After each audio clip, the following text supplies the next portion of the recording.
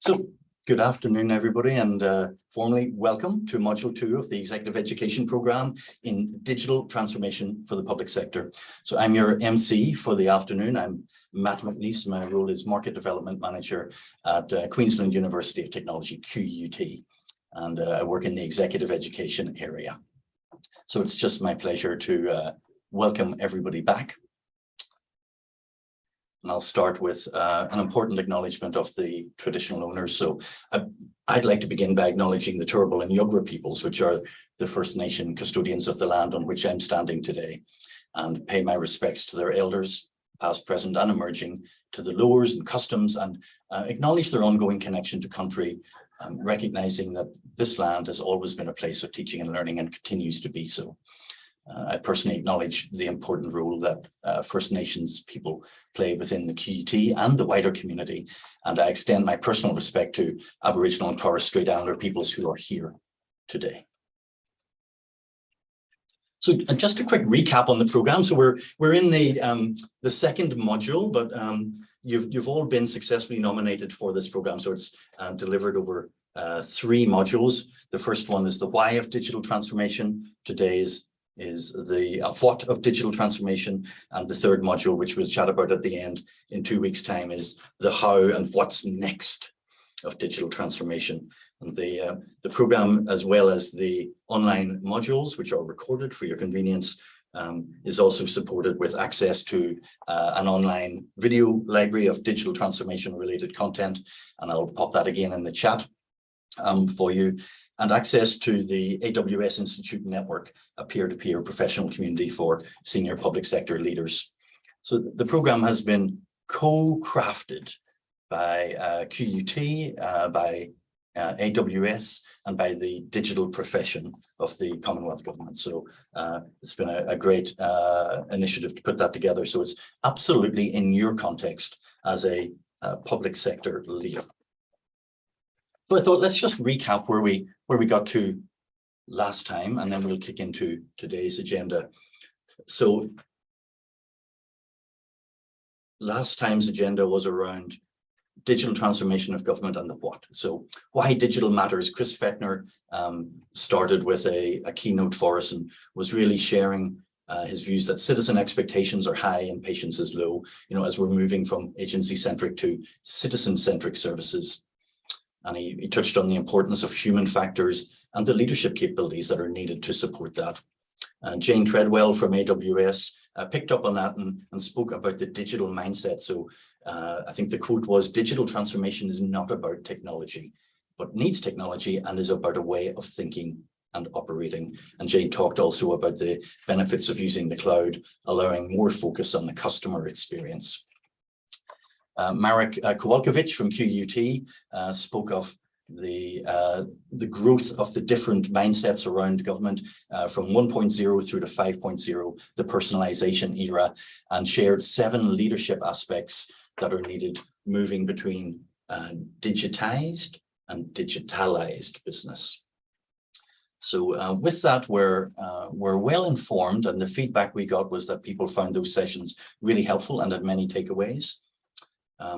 I would ask, if you did have any other takeaways, please pop them into the chat and share them now. So let's spend a moment and reflect and share on our learnings to date as we move into module 2, the what of digital transformation of government.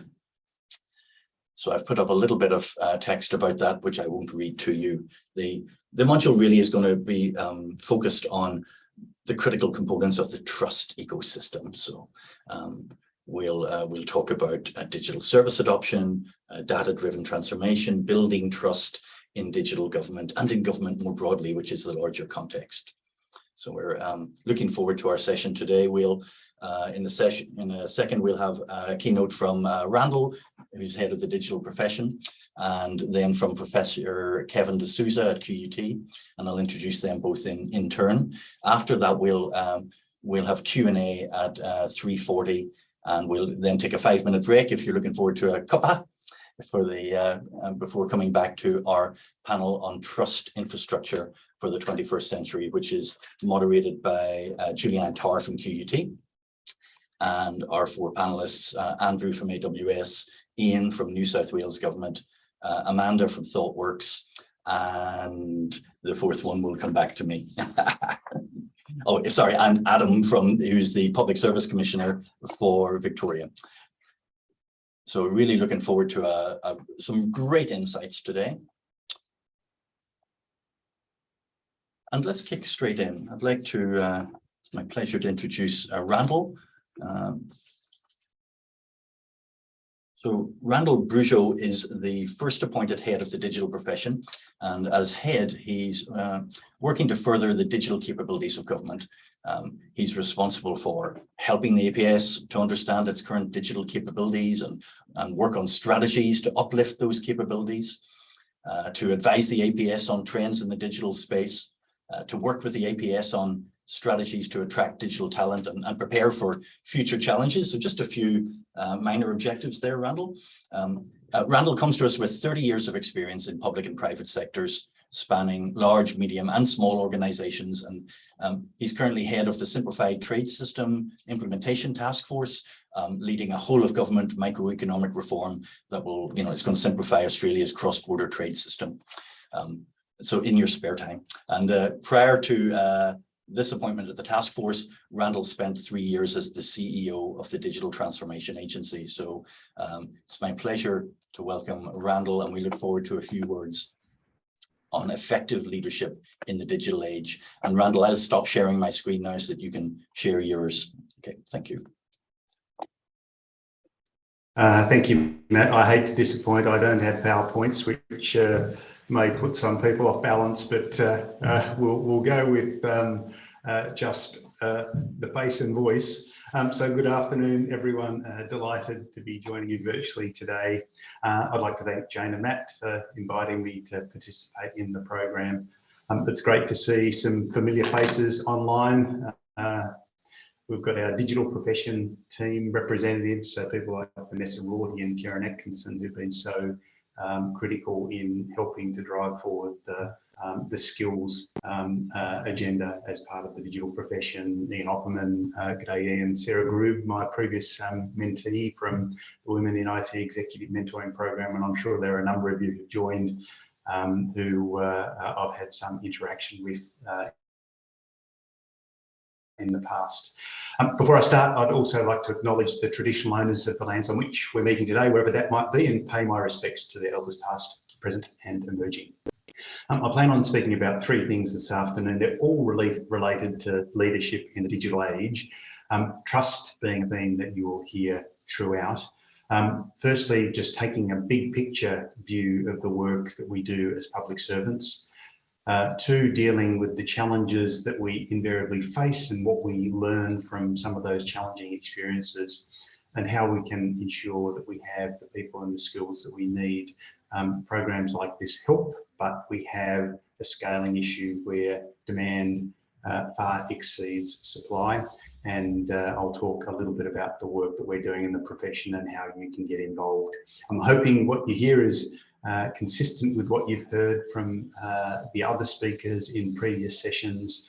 I won't be speaking though about the mechanics of technology. I'll be more focused on how to achieve great outcomes in complex environments with high degrees of uncertainty, and complexity and uncertainty are increasingly part of our professional and personal lives, amplified by the pandemic, but not solely driven by it.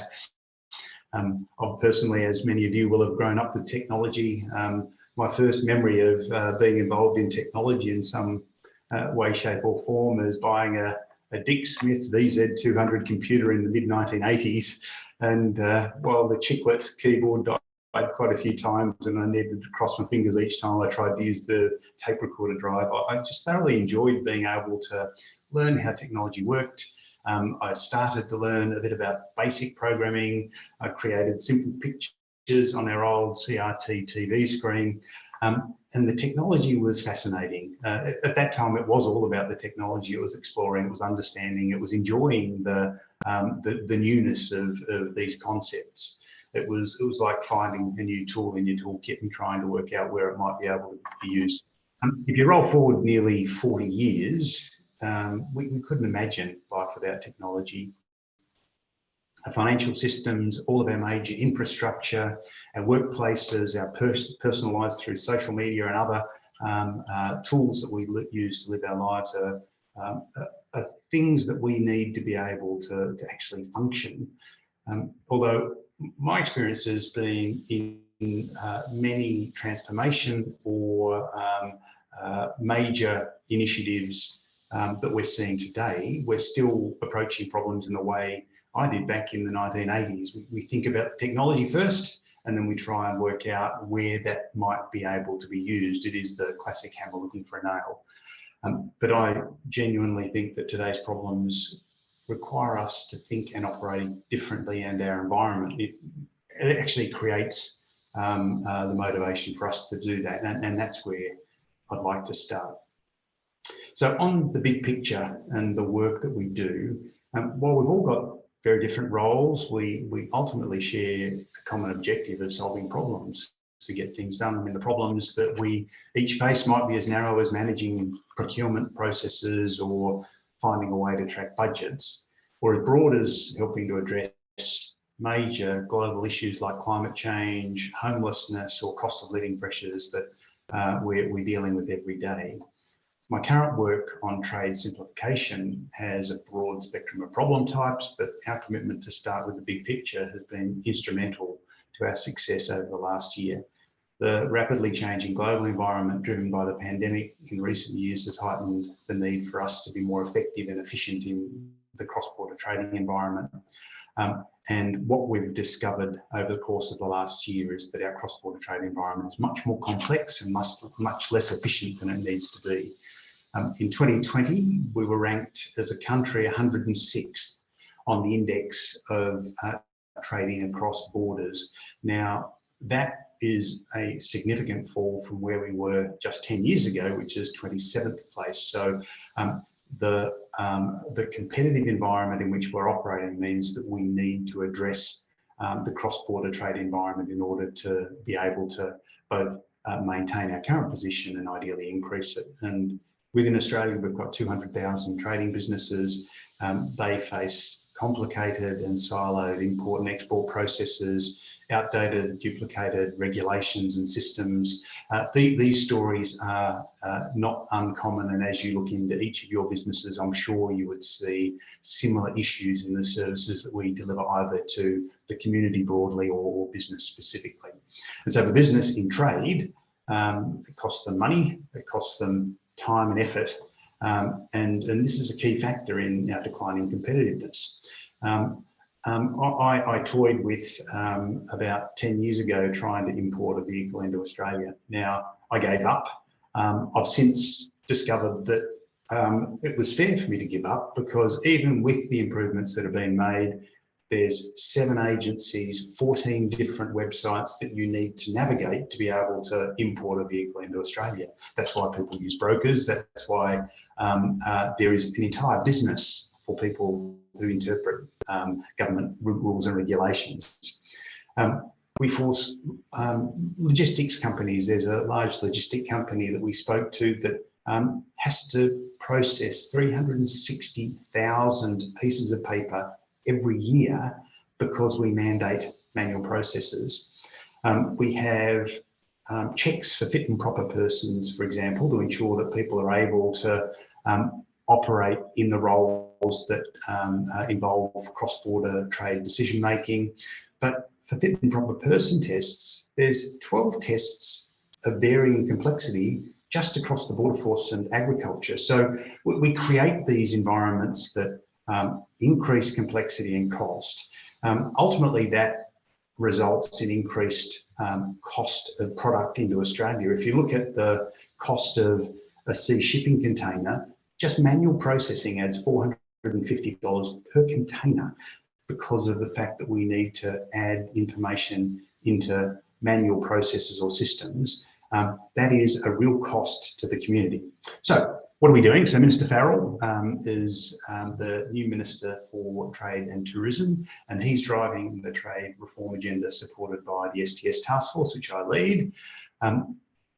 The reforms which we're working through are being co-designed with business, and the objective is to boost Australia's economic recovery, increase our productivity, grow jobs, and reduce the cost of living pressures that I mentioned earlier. It's a wicked, big picture problem that government's been working to try and solve for more than a decade. But as you will have heard, our position has fallen. So we have not been effective in dealing with these major structural issues in cross-border trade. So up until July of last year, where the task force was formed, we'd been looking at this problem in terms of the individual silos of government. So focuses on biosecurity, focuses on revenue, focuses on border protection, but not looking at this in terms of what you'd heard from Matt, the end user perspective. We are most definitely shifting that focus to look at what is the actual business of trade and how can we organise government services, regulations and processes to be able to better support what people need to do. Now, many of the problems that have been solved over the last decade, and the results have been mixed, but generally haven't been turning the dial significantly on the transformation. And part of that is because problems were solved in a way that started with the technology and thinking about where to apply it rather than what the problem was itself, or focused on an individual silo of government. I spoke at a regulatory reform conference a little while ago, and I was asked a question at the end of my session where the person said, well, this is all very exciting, but where are you going to be using blockchain in the cross-border trade environment? My response to that was, well, we're actually starting with the problem rather than the solution. And if a secure blockchain style ledger was a good solution, then we'd proceed with recommending that for implementation. This is a very different way of thinking and something that I think is going to be important for us as public servants moving forward. This will be a common theme, I am sure. But over the last year, just to provide a bit of a view as to what the task force has been able to do with this big picture problem-focused approach, we've been able to build the first ever baseline of Australia's cross-border trade environment. The 200 plus regulations, the processes that underpin cross-border trade, the 145 systems, and then 6 areas where business have told us they have significant challenges in dealing with government in cross-border trade. We've also been able to join up the individual strands of work across the silos that had previously existed to form an integrated picture. This has allowed us to draw out insights and provide advice to government that could never have previously been provided. We're able to look across how we provide permits across the cross-border trade environment, regardless of whether it's a biosecurity permit or some form of controlled good. This is something that this APS enterprise way of thinking, which has been reinvigorated through the new government, is driving toward. Working closely with business and across government to co-design the future state model and a plan to deliver incremental change and related benefits. Now, we've heard time and time again from the political leaders in government that they are concerned about our capacity as a public service to deliver major change. Part of the reason why we've struggled to do that is that we've tried to do it in 2 coarsely grained steps. When we look at a 10-year journey and we get something useful in year 9, this isn't what the world looks like anymore. We are shifting to a point where we deliver and we describe some of the programs in tranches, in phases, whatever you want to call it, where you break the problem down, prioritising based on business value, and have checkpoints to ensure that you're still answering the right question. Because in the 10-year program previously, that you get something useful at step 9 or year 9, that often was being delivered into a completely different world where the question that was being asked 11, 12 years prior, where the budget was being allocated, is completely different to the lived experience at the point at which we implement. So implementation has been critical. And the other thing it's allowed us to do is, with the cross-government view, we've been able to build a major reform business case. We did that in 7 months. There had previously been 5 attempts at various budgets over a decade, and that was not able to be delivered. So this centralised concerted effort to have a business-oriented view, a focused co-design of a target state, and an initial business case to inform decision-making in government and then future investment has been critical. So while we've got a long way to go, the foundations we think for trade are strong, and we're working with a new government to reconfirm the agenda and priorities for trade simplification. So maybe just touching on some of the things that I think have been critical in our success and different to the approaches that have been taken previously. The big picture view of the problem, as I've mentioned, starting with the business problems, not the technology, and looking across the end-to-end environment, not by agency or service provider, has been critical. We've engaged broadly, deeply, and consistently with business. 800 businesses, in fact, we've engaged with over the course of the last year. And we have dug very deeply into their business. We have done a significant mapping of the journey for importers and exporters that describe all of their interactions as an importer or an exporter, not a customer of biosecurity, not a customer of border security, but as a trader. We've leveraged our relationships within government to gain support, and that is across all levels of government, and that's given us not only support but access to information and to align these related but independent streams of work that are contributing to a target state where previously they had been working to their individual goal. We drew on global experience, and that is of our partners in government and industry, and the experience that we've drawn on is both good and bad. And I'll come to this in a moment. I think my experience at least is I have learned more from the things that have gone badly than the things that have gone perfectly well. And that global experience has been critical for us to be able to get a leg up and be able to speak with some confidence as to what the rest of the world is doing in the cross-border trade environment. The baselining that I mentioned is really important. That is allowing us to have a view as to what currently exists, and then we're using that to prioritise our efforts, and then we'll also use that to measure progress to determine how we're turning the dial in the various parts of our reforms, be that regulatory, process, systems or data. And the other thing we've done quite effectively is communicating our work and plans, and that has then built support, particularly from industry, but also through the public service and with ministers. So on to challenges. We're all facing challenges every day. We are dealing with this in our efforts to simplify trade. One of the things that I'd spoken to Matt and Jane about prior to the session is some of the experience that I'd had in my role as the CEO of the DTA, and this will help to illustrate how I've dealt with some of the challenges and helpful some of the lessons I've learned along the way.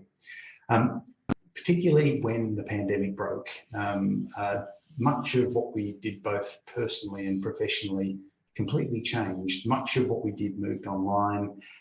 There was incredible demand for digital technologies, and the DTA at the time had a critical role in supporting the government's COVID-19 response. We did everything from providing support to agencies to quickly move to home-based work. Our marketplace allowed us to buy thousands of laptops, which we were able to deploy out to agencies, and then they were able to provide an environment where they had people working from home. The government's information channels were a really important point, and I might spend a bit of time talking through some of the work that we did there. We did a lot of work on digital identity. We accelerated the transformation of MyGov so that people could access government services in a way that was more oriented around what they needed to do rather than the service provider that was providing that service. We delivered new tools alongside the Department of Health, and some of those things went well and some not so well, and I'll talk a little bit about the things that went not so well, as well as the information environment. And we contributed skills by parachuting in digital experts to assist in delivery. So while there were thousands of people who moved into Services Australia to help with the social support response, we also had scarce and in-demand digital experts that we deployed out to various agencies, including the Department of Health, to ensure that their websites and content models and all of the digital capabilities that they had were up to an increase in demand. I'll spend a moment talking about the information channels because that was a very, very important part of the government's response.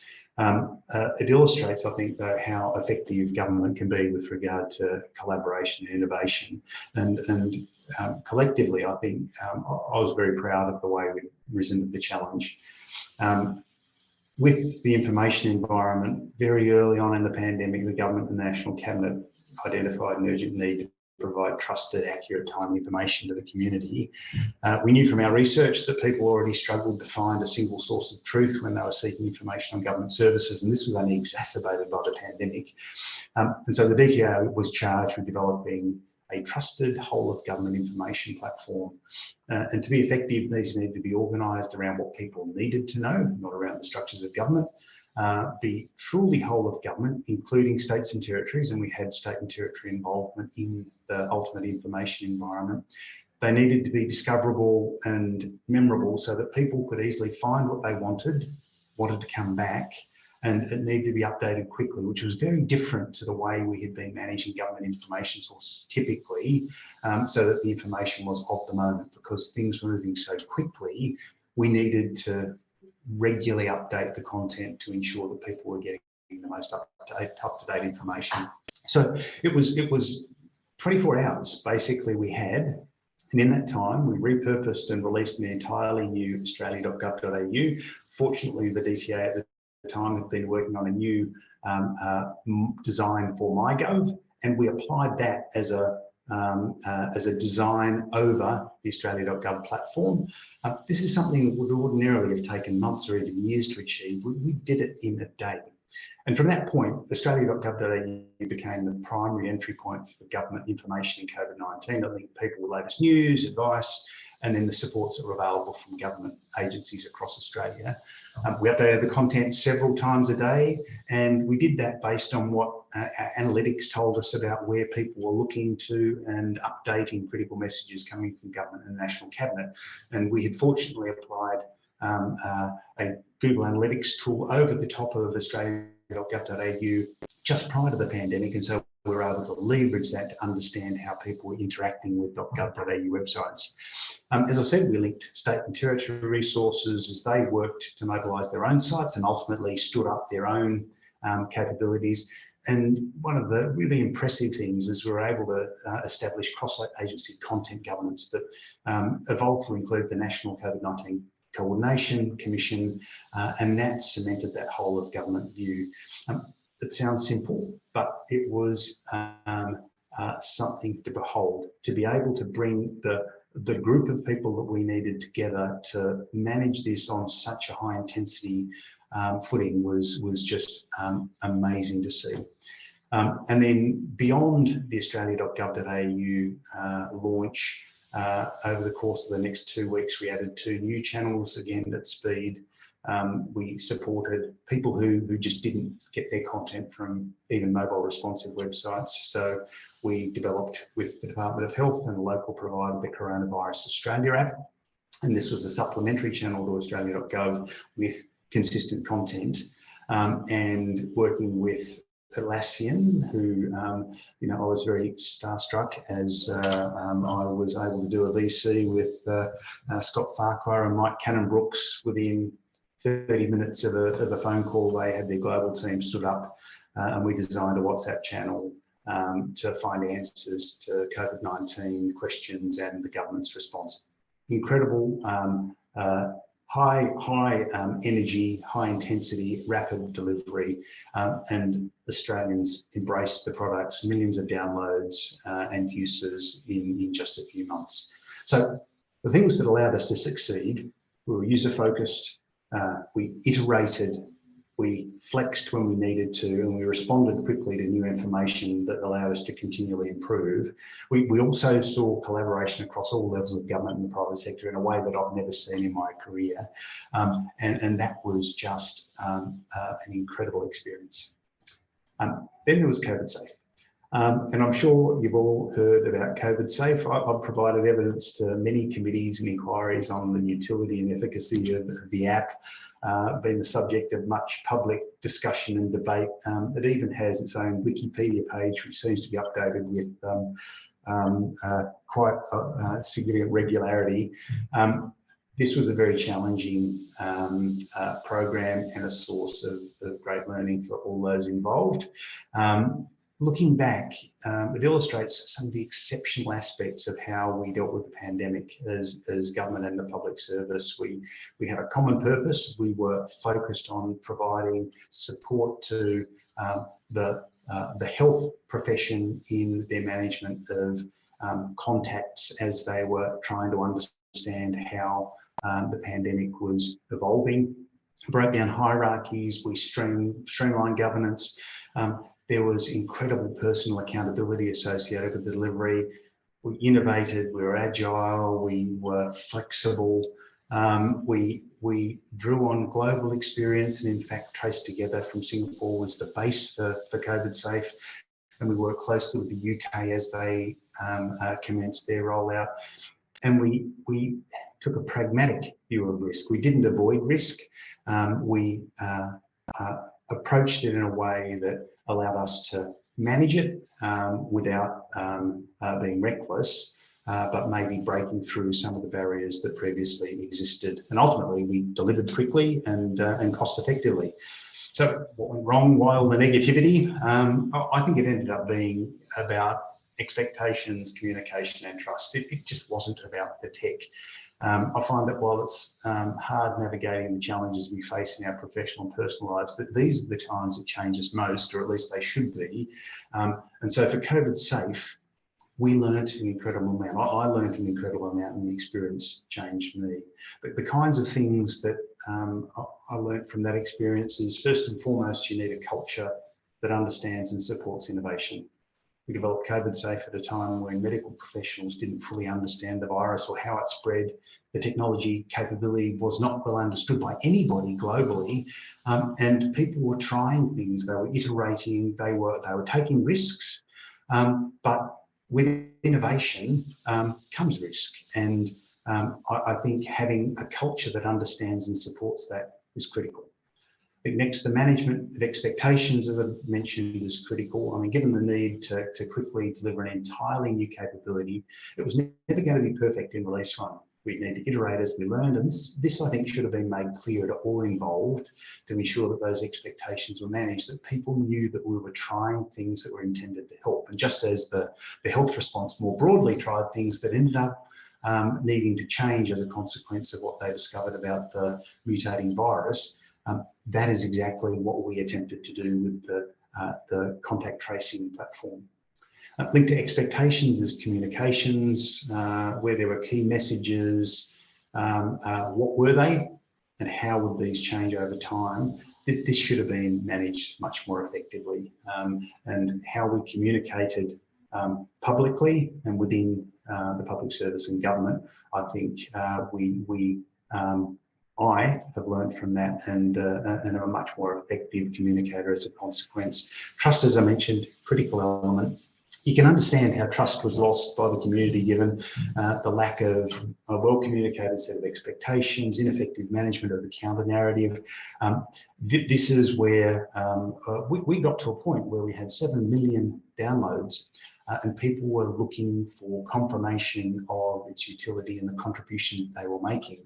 That period beyond the 7 million point, where the trust fell away, was the point at which we almost got to an irrecoverable position with the platform.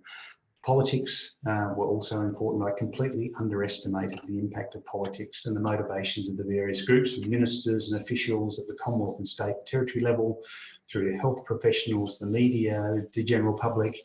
We had commentators who were wanting to be noticed as technical specialists who previously never been heard of, that were getting airtime. We had health professionals that were looking to create a view that they had as much control as was possible and didn't need technology to assist. This political environment was just, given the intensity, something that I personally didn't spend enough time thinking about, nor was probably in a position to be able to control. I personally could have dealt with it better, but could never have resolved all of the issues that we faced. The need to support each other, critical. In these times of pressure, I think it's critical that we support one another. I mean, there are plenty of other people out to get us, and supporting each other, having it such that you don't try and transfer blame, that you have accountability and you treat people with respect. Absolutely critical as the going gets tough. And finally, I think that the resilience and integrity when things get really hard is critical. I'm not the person who would typically crack under pressure. The experience with the COVID response broadly really tested my limits and the limits of others. You know, the analogy of swinging two baseball bats, that is exactly what it was like during that period. We had such incredible expectations placed on us. So I think we did incredibly well generally, and there were things that we could have done better. Learning from the things that could have been done better, I think, is the critical thing. So they say what doesn't kill you makes you stronger, and COVID Safe is an example of something that most definitely made me stronger, and I think a better leader as a consequence. The final thing I wanted to touch on is how we can ensure that we have the people and the skills that we need now and in the future. And we are struggling with skills, and it is a global issue. We in the trade simplification agenda are looking to contribute, as with digital transformation, to the nation's recovery and growth, and the need for digital leaders with the right skills and attributes to drive the transformation is critical.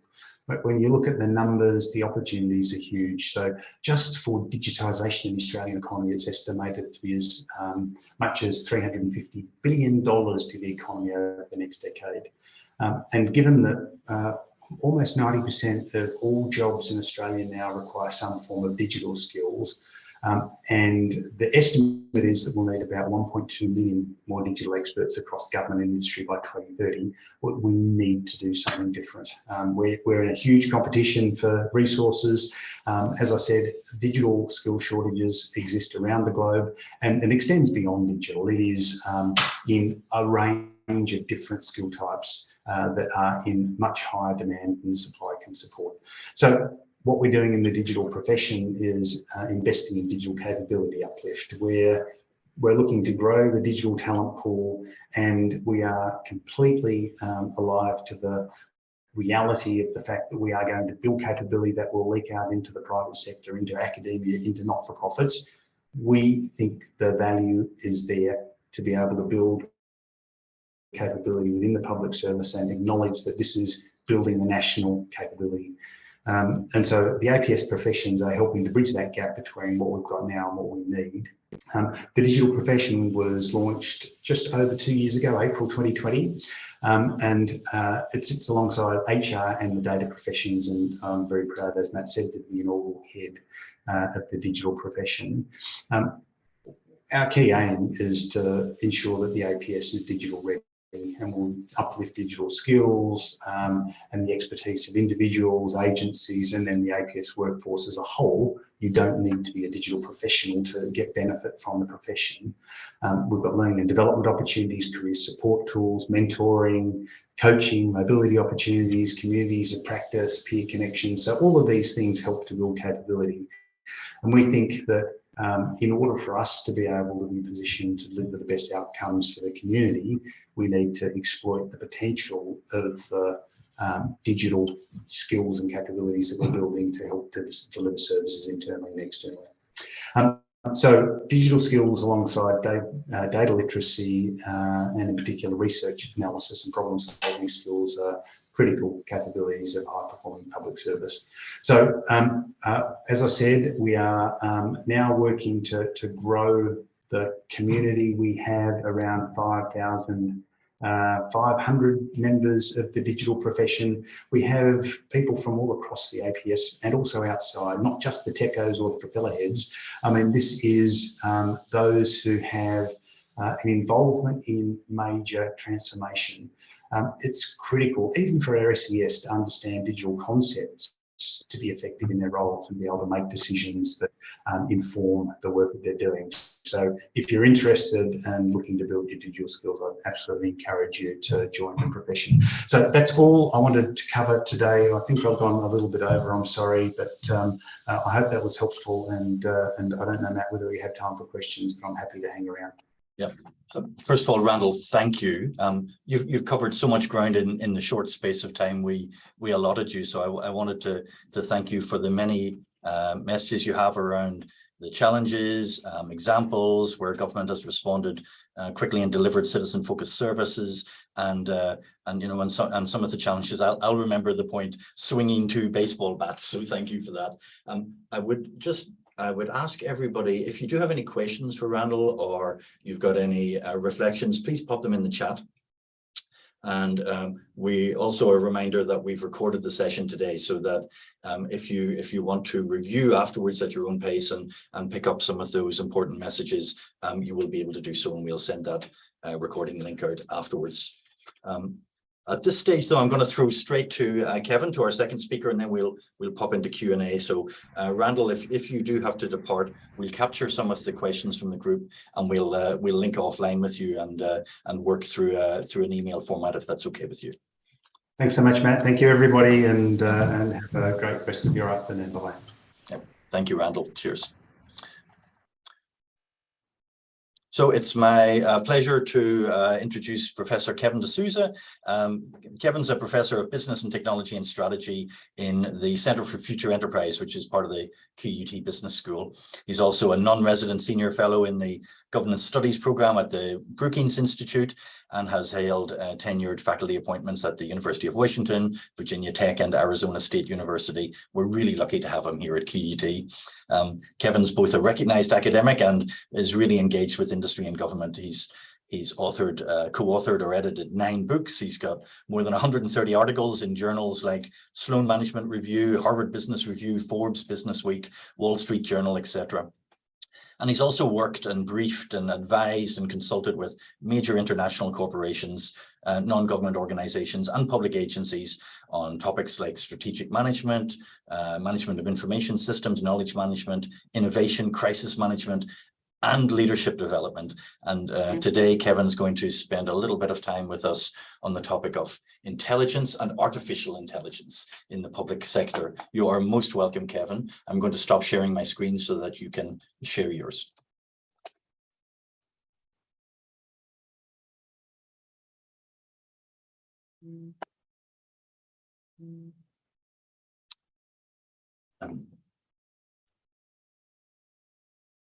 Kevin, we're not getting any audio through.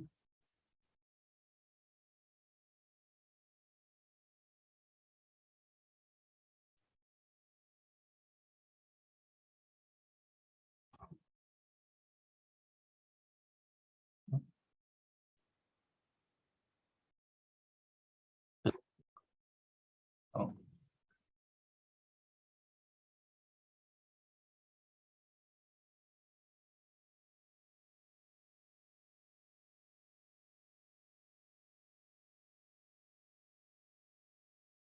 In our digitally engaged world, we often have a few glitches. Oh, Kev. Yep. Okay, so Zoom. Fantastic. Thank you. Zoom froze up on me, but let me just share my screen and we'll get going. Yeah, thank you, Kev. No worries. Okay, so do you see my screen now? Are we good? Okay. So it's a pleasure to brief all of you today. I thought that I'll broaden my comments and actually highlight some of the key issues around what is happening when it comes to digital transformation in the public environment. So by way of agenda, I will do a brief context setting because I think it's important to take notice of elements that have changed, but also of elements that have remained constant when it comes to digital transformation in the public sector.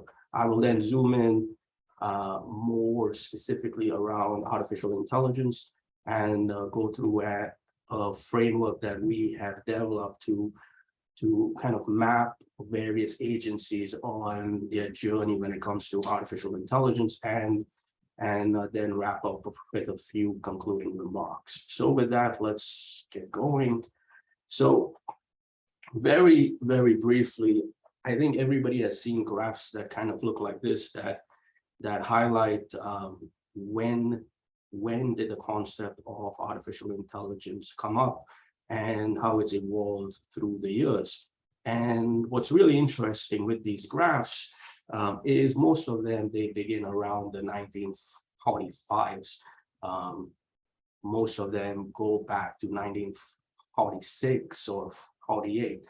But if you are an academic like me, you always look to history to see really where did the fundamental concepts originate. And they actually originate quite a while back. So for example, if you were to read an article such as this one from the 1930s, individuals have been talking about the role of data and how can we leverage data to make decisions. And this was in the 1930s. And today, there's quite a bit written on explainable artificial intelligence. Well, they were also concerned about explainable intelligence in 1930s. And I'm sharing this because whenever I chat with, whether it's individuals in academia or in government around artificial intelligence, people often think that this is a new thing. And I try to remind them that while the scale of the problems have changed, the problems have existed for quite a while. Our tools have existed for quite a while, right? And even if you look at the application of tools to problems related to public governance, you will see things like this. And so this is an old article from the 1930s where people were looking at how to apply data to clean up London.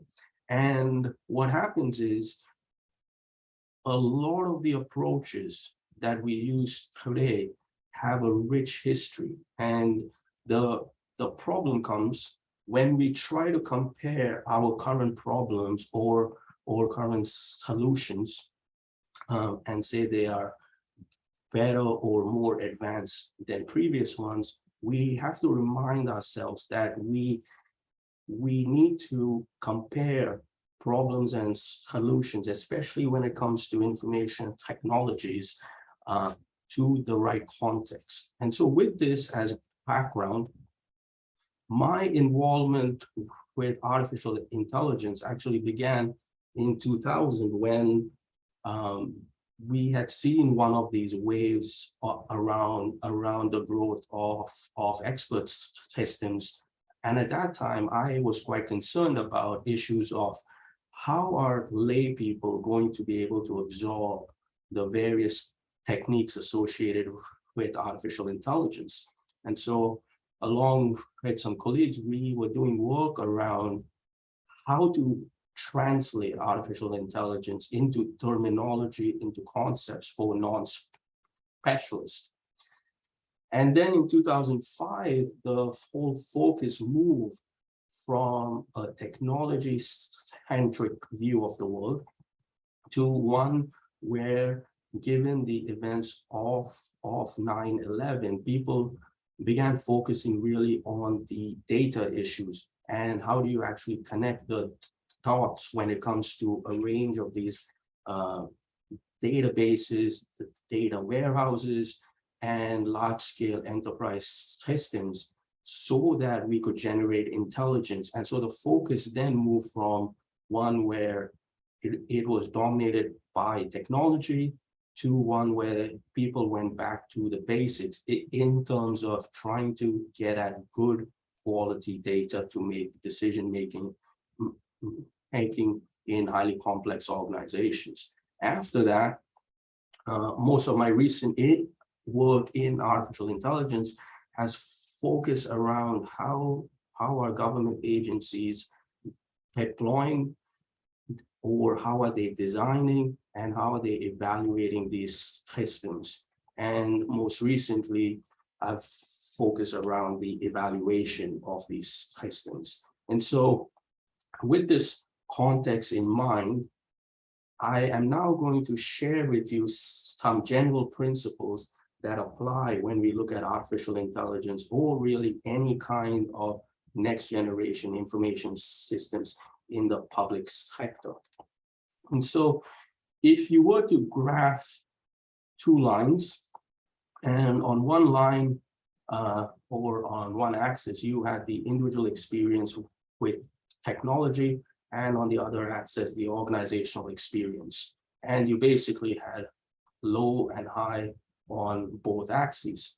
What happens when any technology enters the public sector? The first concern of agencies is basically, how do you just get it operational?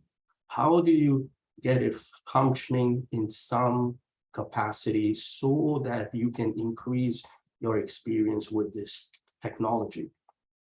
Over time, one, through greater experience, but also greater trust and capabilities, individuals begin changing the technology or making it flexible in terms of doing more things. So before, if you were running 20 processes, now you are running 200 processes. You are not really changing what you're doing, you are just increasing the scale because you have greater trust in the technology and there is greater organizational acceptance of it. After that point, you begin to actually see innovations happen around the technology. And so this is where individuals adapt.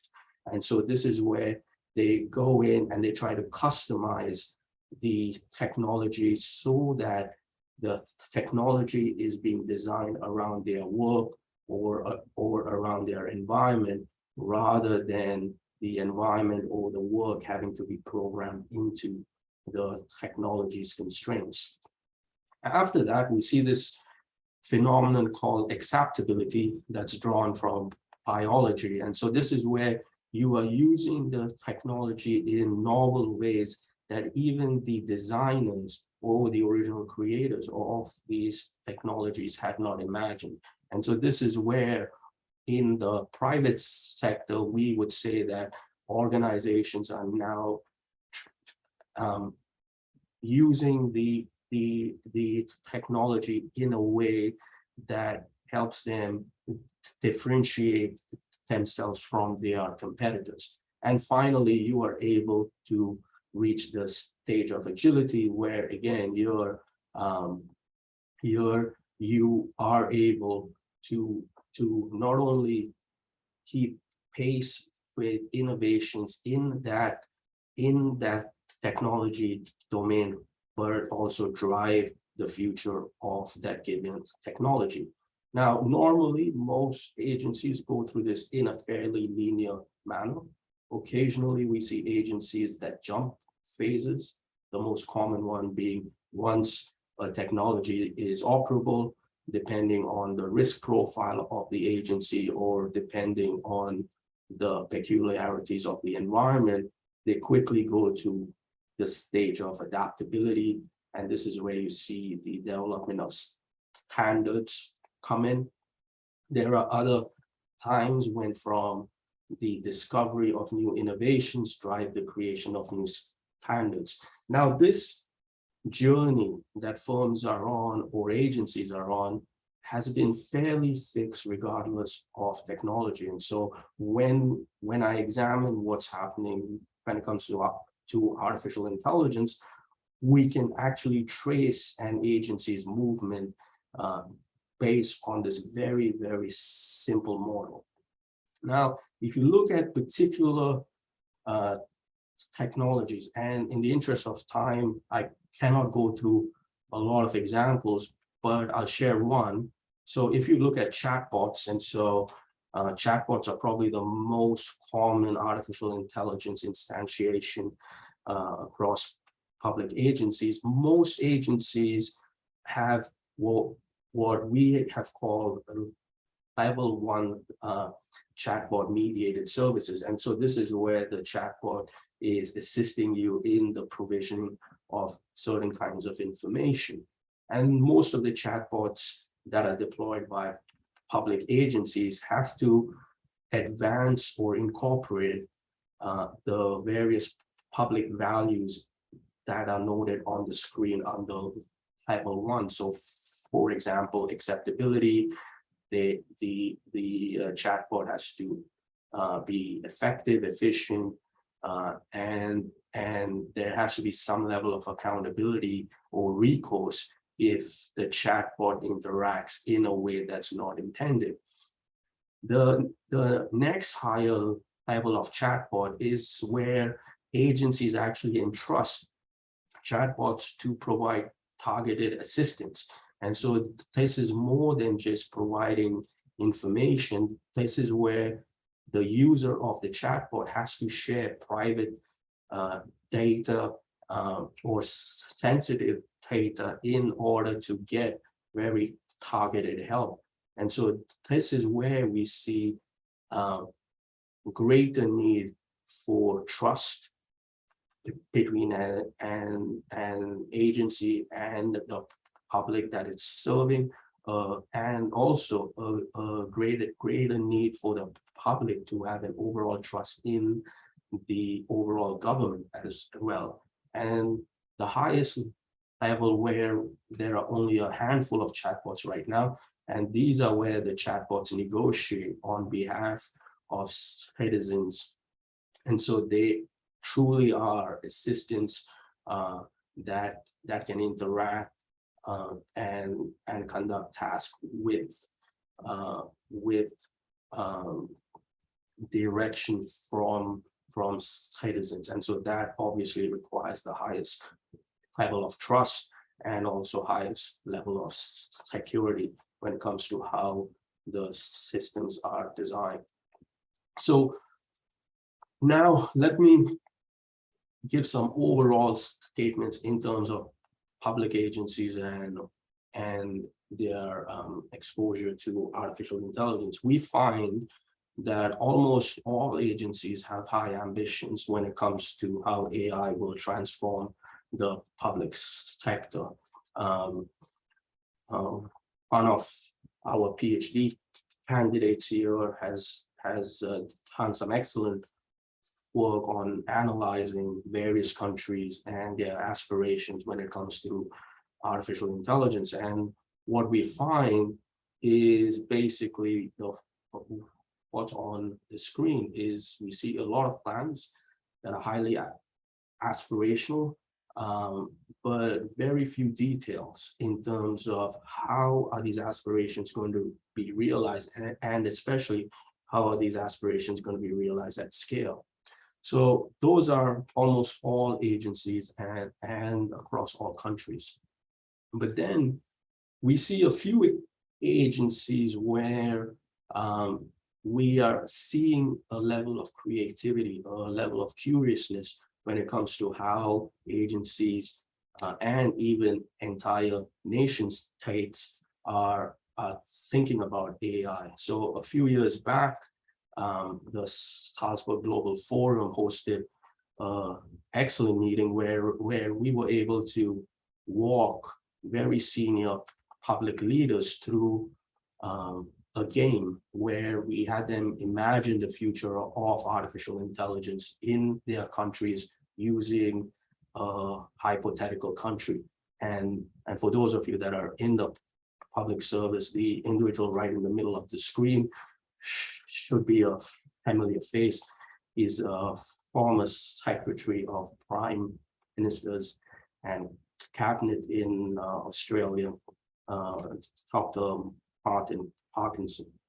So here is where there were a handful of agencies who actually committed very senior officials to think through what are the implications of a given technology for public policy, how is it going to impact societal outcomes, so on and so forth. Now, the last thing is we see very few public agencies that are actually decisive when it comes to exploring AI-related affordances. And the example that I'll give in the interest of time is what we often find is agencies try to do what's on your screen right now. So if you were to use artificial intelligence to optimize the public healthcare system, most agencies would approach it from how do we manage different data sets? How do we improve various quality of healthcare provision metrics, so on and so forth. And so this is where you are just leveraging technologies, but you haven't really examined what are the new affordances that come about from artificial intelligence. So the other way where there are only a few examples is to use the same analogy is where individuals flip the problem or the challenge that the public sector faces and says, well, the real question we should be asking is how do we promote healthiness? And so if you see the image on your right, this is where the healthcare data is only the smallest slice of the problem. And to really build ecosystem-wide artificial intelligence systems, you really have to rethink how and why are our current designs of public agencies going to be relevant given the capabilities of the technology. Do we need to rethink the entire organizational design, given that most of our departments and agencies have long histories, but our environments that we operate in right now and the technologies give us new affordances. And so this is where we find very few that are actually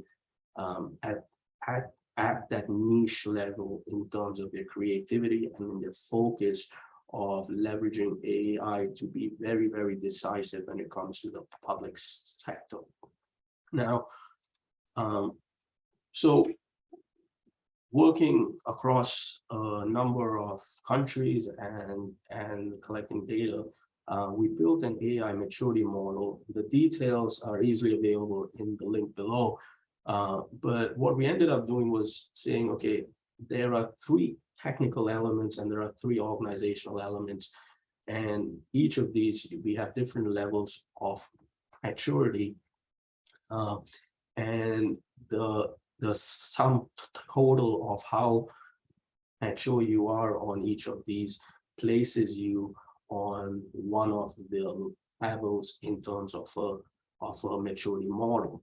And so very quickly, let me run you through some of this. So the rookie, as the name implies, is at the ad hoc level. There's limited appreciation for AI. Things are happening, but they're not really very, very coordinated, so on and so forth. A few years back when we did this, you would find quite a few agencies at this level. If we were to run our fork again, I think that numbers probably drop by half, if not more. And the various elements look as you would expect. The key ones being the things in red. This is where the agency has limited capacity. There's no ethical frameworks to guide the development, and there's no accountability, so on and so forth. The next level up is where you have an agency that's actually thinking very thoughtfully, and so this is the curious part, where they are actually beginning to experiment in a systematic manner around artificial intelligence. And so here's an example of Transport Canada that conducted an experiment, saw the results, created a proof of concept, so on and so forth. But they did this in a very, very systematic way to guide future developments in terms of reshaping a given project. And again, here you'll see increasing maturity. The one thing here, the risk appetite still remains very low with artificial intelligence, right? And ethical frameworks, if they arise, are fairly generic, and they don't they can't account for the variance in terms of the work being done in the agency. Next level up, planning and deployment. Again, in the interest of time, I will not go through this in a lot of detail. But again, one of the nice things here is you begin to see the agency reach out to their ecosystem of trusted partners and actually begin to rely on the expertise of the external partners to help them shape how they are going to experience artificial intelligence in their projects. And you see initial group of metrics in place. Next level up was the scaling and learning, which we call the evolver. And here is another example. Because you have my slides, you can read this at your leisure. And the last one up is enterprise-wide transformation. And so very few agencies are at this level. But here you'll see there are metrics in place. There's very clear accountability. There's training around ethics, trust, in terms of how AI is going to be used and how one updates their knowledge and how artificial intelligence systems are going to be audited as well. So very quickly, the future. So if you haven't seen this, so there are already experiments happening in metaverse. And so that's the big next generation platform. And it's not only the private sector that's taken to it. Here is an image from the mayor of Seoul hosting or attending a conference, but Seoul plans to move almost all of its government services to metaverse. There's already activity around taxation, cultural tourism, so on and so forth. And if you look at a government's experience with technology, most governments have already experienced or have already developed experience with a number of the core technologies that make up the metaverse ecosystem, everything from blockchain to cloud computing to AI, augmented reality, virtual reality, so on and so forth. And so one of the things that will determine how the future plays out when we think about artificial intelligence in the public sector will come down to how do we take our citizens on this journey from the very, very operable piece to getting them comfortable in terms of being flexible, customizing the technologies to meet their needs more quickly and more effectively. So with that, I will end. I think I did okay on time.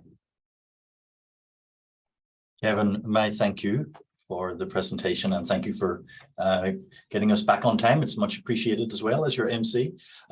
We've got some time now for some Q&A for Kevin, and that'll take us through to about 3:50. So we've got about 5 minutes. If you've got any questions, please pop them into the chat. And there's one in there already, Kevin, from William Young. So William's just reflecting on a theme that you had around being decisive about changing the design of the public sector in response to the potential of AI. You know, the slide said the real question is, how do we promote healthiness? And William's asking, are there any real examples around Australia or the world of this kind of redesign? Yes. So I think there are a couple in Scandinavian countries. I don't recall one off the top of my head right now, but I'm happy to give you the specific example via email. The one that I described on healthcare, we were working, this was pre-COVID, with Shanghai in China to actually rethink how they collected various kinds of data around everything from trash collection to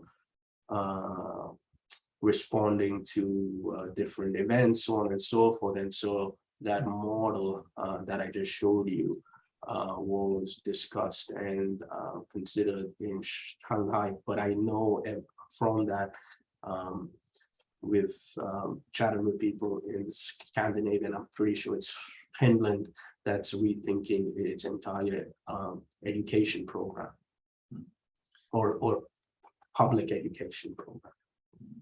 So, thanks, Kevin.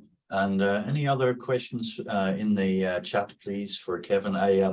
I reflected just while the questions coming in, Kevin, on that piece around AI adoption and use in the public sector, and the maturity model you presented. I thought could be very helpful for organizations to self-assess where they are and then to plan their journey moving forward. One of the questions I had was whether you thought it or elements of it could be applicable for other new digital technologies, for example, robotics. Yeah. So I think any kind of technology where there's a high requirement for large-scale data and automation, and where individuals have to have a high level of trust and confidence in either the performance or the outcomes, I think that model can be applied. And so I know of colleagues that are trying to tweak that model that I just presented and think about different journeys that what could be considered right now the leading innovators when it comes to metaverse. How might they move through the various levels as well? Thanks, Kevin. And a question's come in from Vanessa Rorty in the digital profession, asking, do you think the adoption of AI will shift our current organization and decision-making structures? For example, how does it change how policymakers need to interact with service delivery systems that may deploy AI? Yep.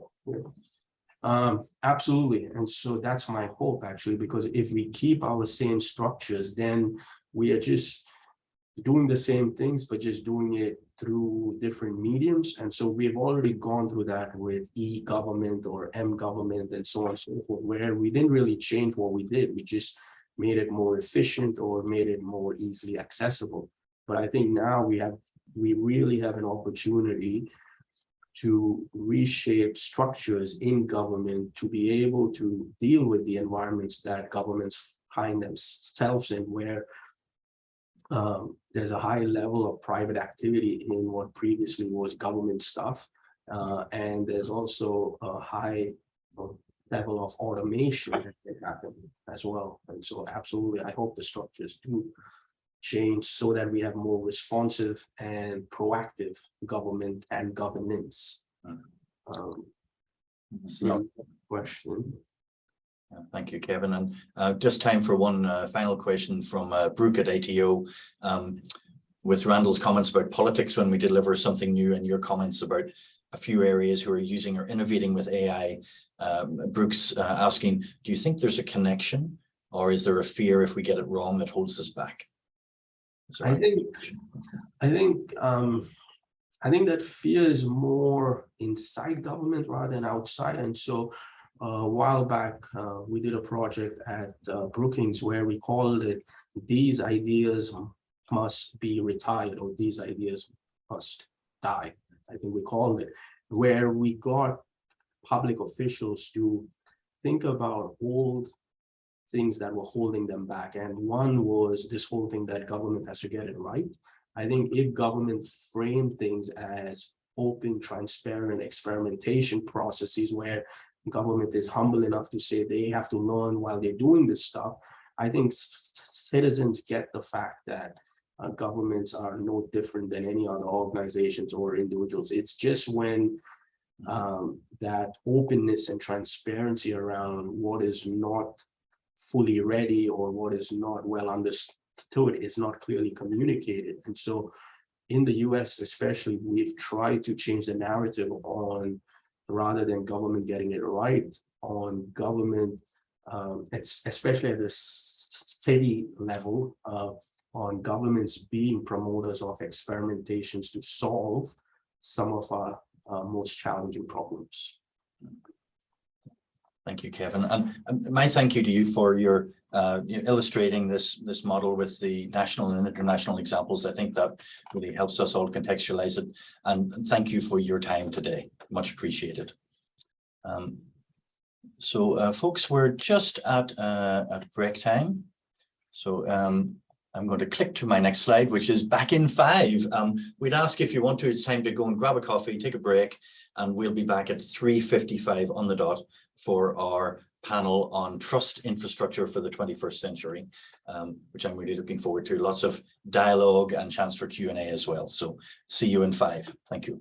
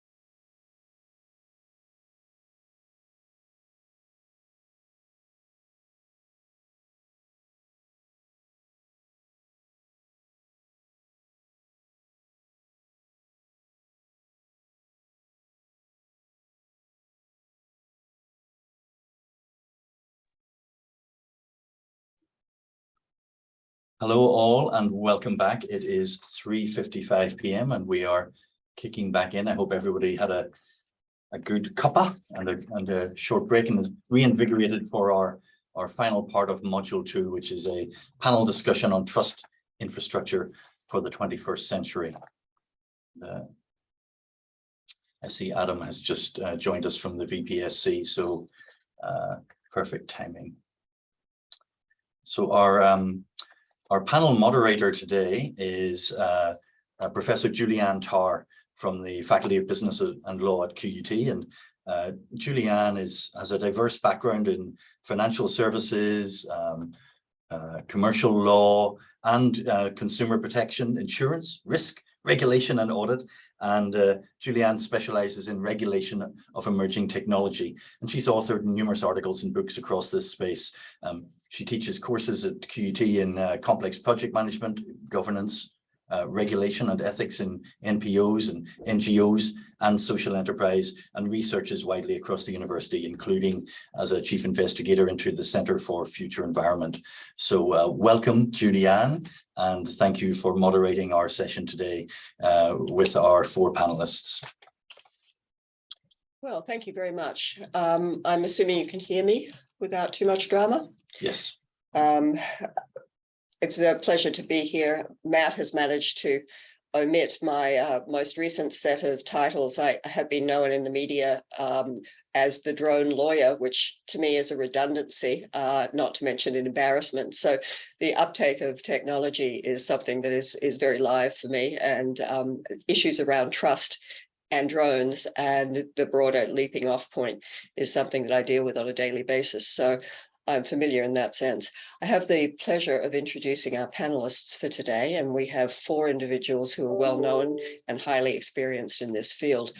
In particular, they'll be talking about the critical intersection of trust and digitalization. Towards this, we have 4 panelists speaking for about 10 minutes each. I'm going to ask that you hold your questions until the end. And if you would be so kind as to enter your questions into the chat and identify the speaker that you want to flag them for as we go along, that might be the way to go. I say that in particular because I'm concerned that we will run out of time at the end. And in the event that your question hasn't been answered, we'll endeavor to get back to you on that. So Matt, you will personally be getting back with direct responses to all those questions in the chat that we don't make it to. Okay, our first speaker is well known to all of you. It's the Victorian Public Sector Commissioner, Adam Fennessy, who has just joined us. Adam has 20 years plus of public sector experience at state and federal level, including beyond his current role, 4 years as Secretary of the Victorian Department of Environment, Land, Water and Planning, and prior to that he was in the Department of Environment and Primary Industries. Not to be outdone by his extensive public service background, he also was in private sector where he was a partner with Ernst & Young, and he served on a number of boards. He's a National Fellow of the Institute of Public Administration. He's a member of the Champions of Change Coalition, and in 2018, he received a Public Service Medal for leadership in the Victorian public sector. Thank you for joining us today, Adam. It's a great pleasure. Over to you. Thank you very much, Professor Julianne Tarr. Thank you, everybody. I'm calling in from Wurundjeri country today of the people of the Kulin Nation. I pay my regards to their elders, or my respects to their elders past, present and emerging. It's been quite a few windstorms down in Melbourne last night, so my first internet connection failed and I'm now coming in via my iPad. So hopefully you can all see me. It's a lesson in digital agility for senior government decision makers. So thank you so much for the opportunity through both QUT and AWS to join the discussion today about trust infrastructure for the 21st century. Julianne has given an introduction to me in that I'm the Victorian Public Sector Commissioner. So why am I here as part of this panel? One of the things that we do across Victorian government, and this is across the 350,000 public sector workers we have, so it's a big part of the Victorian workforce, we lead on capability development for our public sector, and in particular, digital capability, digital literacy, digital transformation. We do a lot of that work with Digital Victoria. So a lot of what I say today will be through that perspective. Julianne also mentioned that I've worked as a secretary for other parts of Victorian government, including environment, land, water and planning. In that role, we did a lot of digital transformation. We did a lot of land management, geospatial work across Victorian government. And that's where I learned a lot from a practical perspective, what it's like to digitally transform what we're doing. And also when I worked in consulting, I worked with a lot of governments, both in Australia and in the Asia Pacific, around technology, innovation, regulation and digital. So I'll bring all of those perspectives. For my opening reflections, a lot of the work that I do as the Public Sector Commissioner is maintain independence and integrity in the public sector in Victoria. And I work with all of my commissioners across Australia and New Zealand for similar objectives. One reason I wanted to mention that is this is part of what I think of as the soft infrastructure that's critical for digital transformation and trusted technology. We need, across governments, plural, in Australia and New Zealand, we need trust in government to gain the capital to transform digitally what we do. Now, we've been, as a public servant for most of my career, there's been talk about digital government, e-government, e-governance for decades. We've been making good progress over the years, but to get there and to transform in the ways that we want to, we've got to maintain that trust in government for our citizens, our communities, for all the reasons when it comes right down to specifics around data privacy, data protection, use of data and different and new forms of service delivery. Now, I say that because in the last 2 years, particularly for those who have lived in parts of Australia that were deeply locked down, COVID has been a huge accelerator of disruption in the Victorian government context. And some of you on this call will know that Melbourne was the most locked down city in the world, according to some metrics. Within 8 weeks in March, April 2020, every part of Victorian government that was office-based or back office had to go to work from home.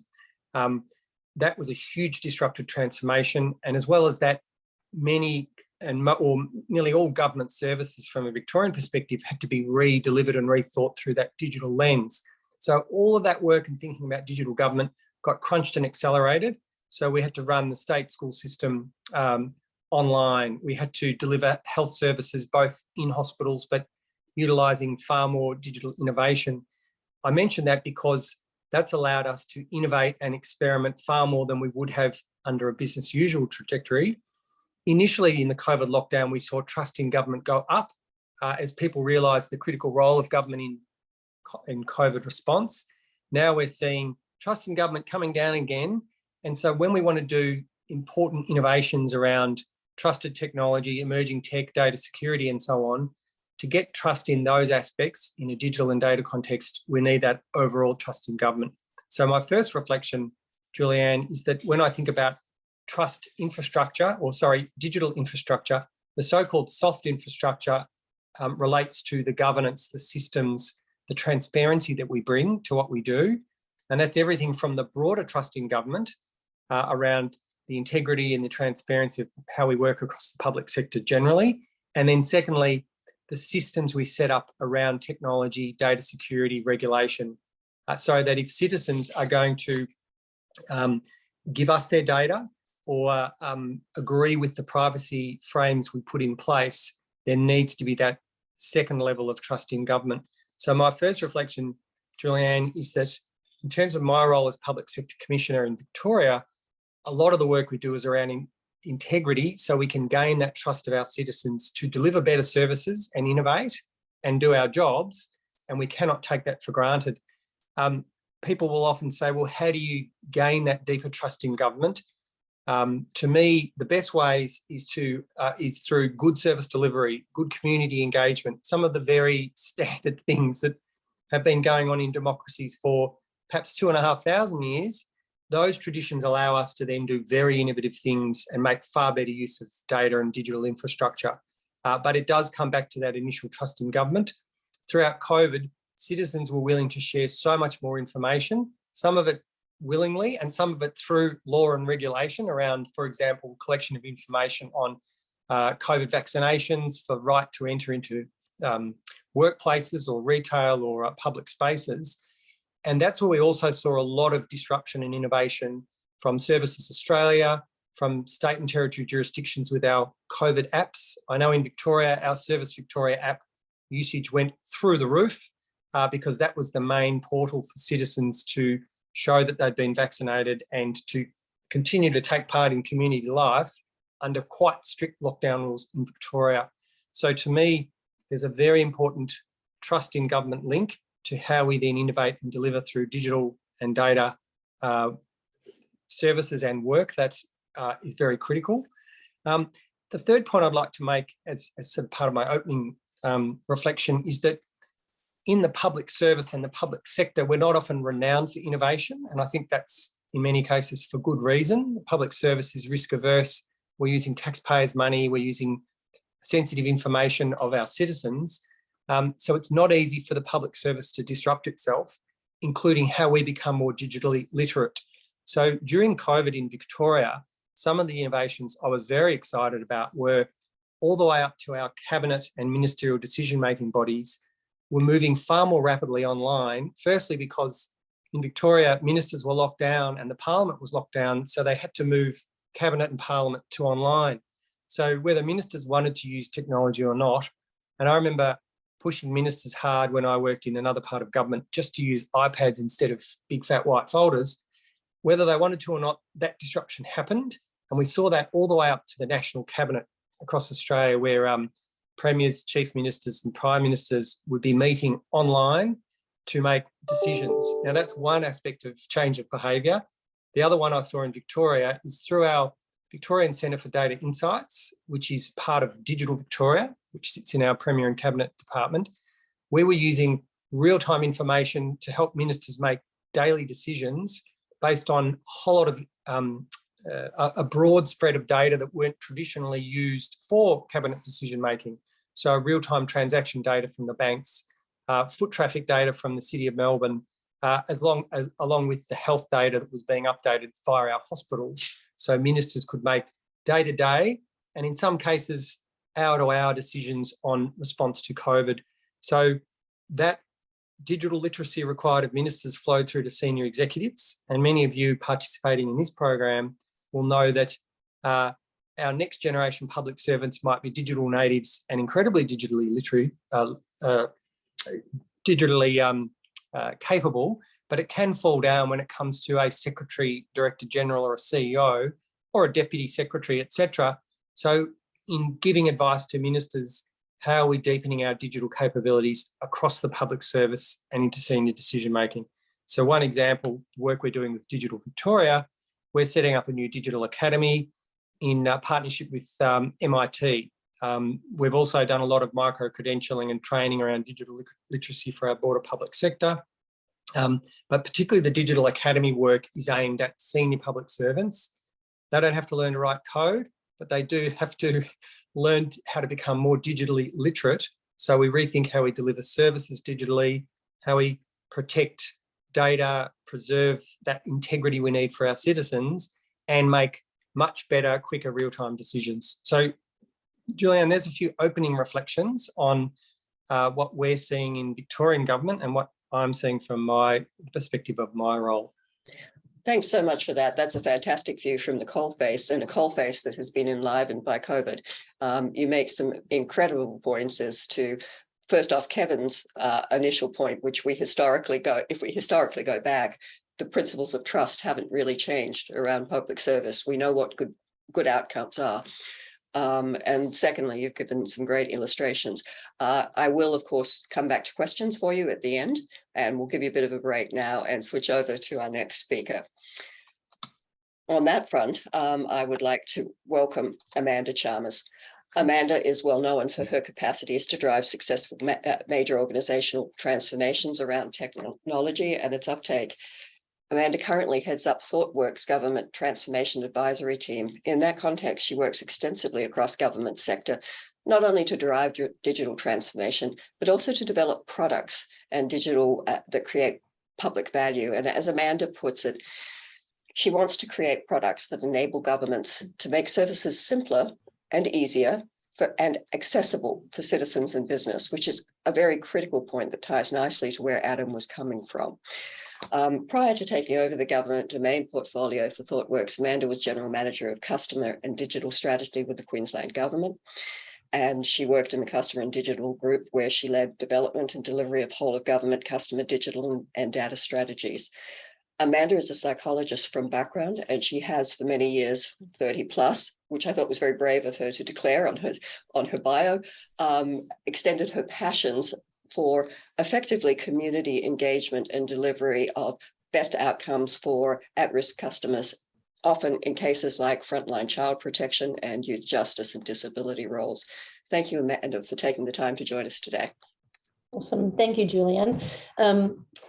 Hi, everyone. I come to you from Meanjin, Brisbane, in Queensland today. And as Julianne said, I currently work for ThoughtWorks in the government domain, and we do a lot of work with government, but probably the highest profile piece at the minute is working on the digital birth certificate with New South Wales government, which will be a national product. And prior to that, so I've only been in ThoughtWorks for about 6 months, but prior to that, I held senior roles in Queensland government in the customer and digital strategy space and the product development space.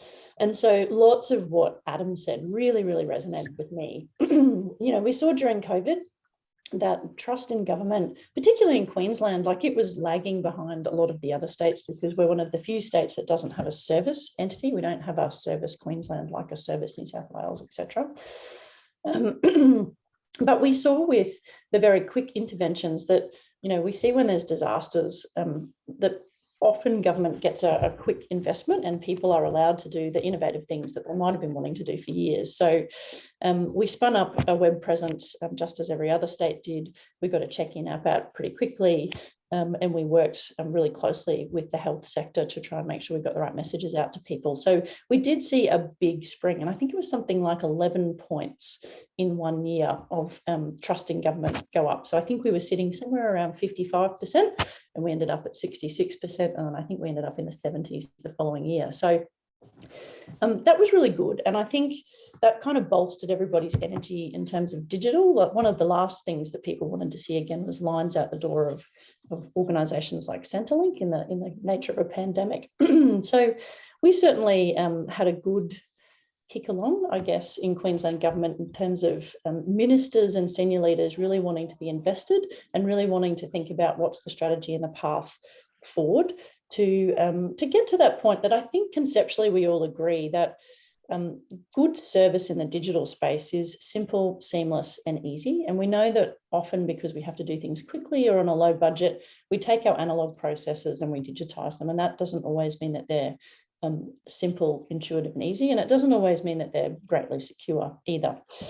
But, as the pandemic sort of started to, and I guess it hasn't finished, but in terms of the public anxiety and lockdowns and things started to change, we certainly started to see a bit of a click back in terms of, I guess, the broader engagement. And in Queensland, contextually, everyone might remember, or maybe you don't, but certainly in Queensland, one of the important events that happened about 13 years ago was a big payroll disaster for Queensland Health. And that's meant there's been a whole lot of political risk and reticence around investing in IT projects, as they're seen, or digital projects, and fear driving decision making. So,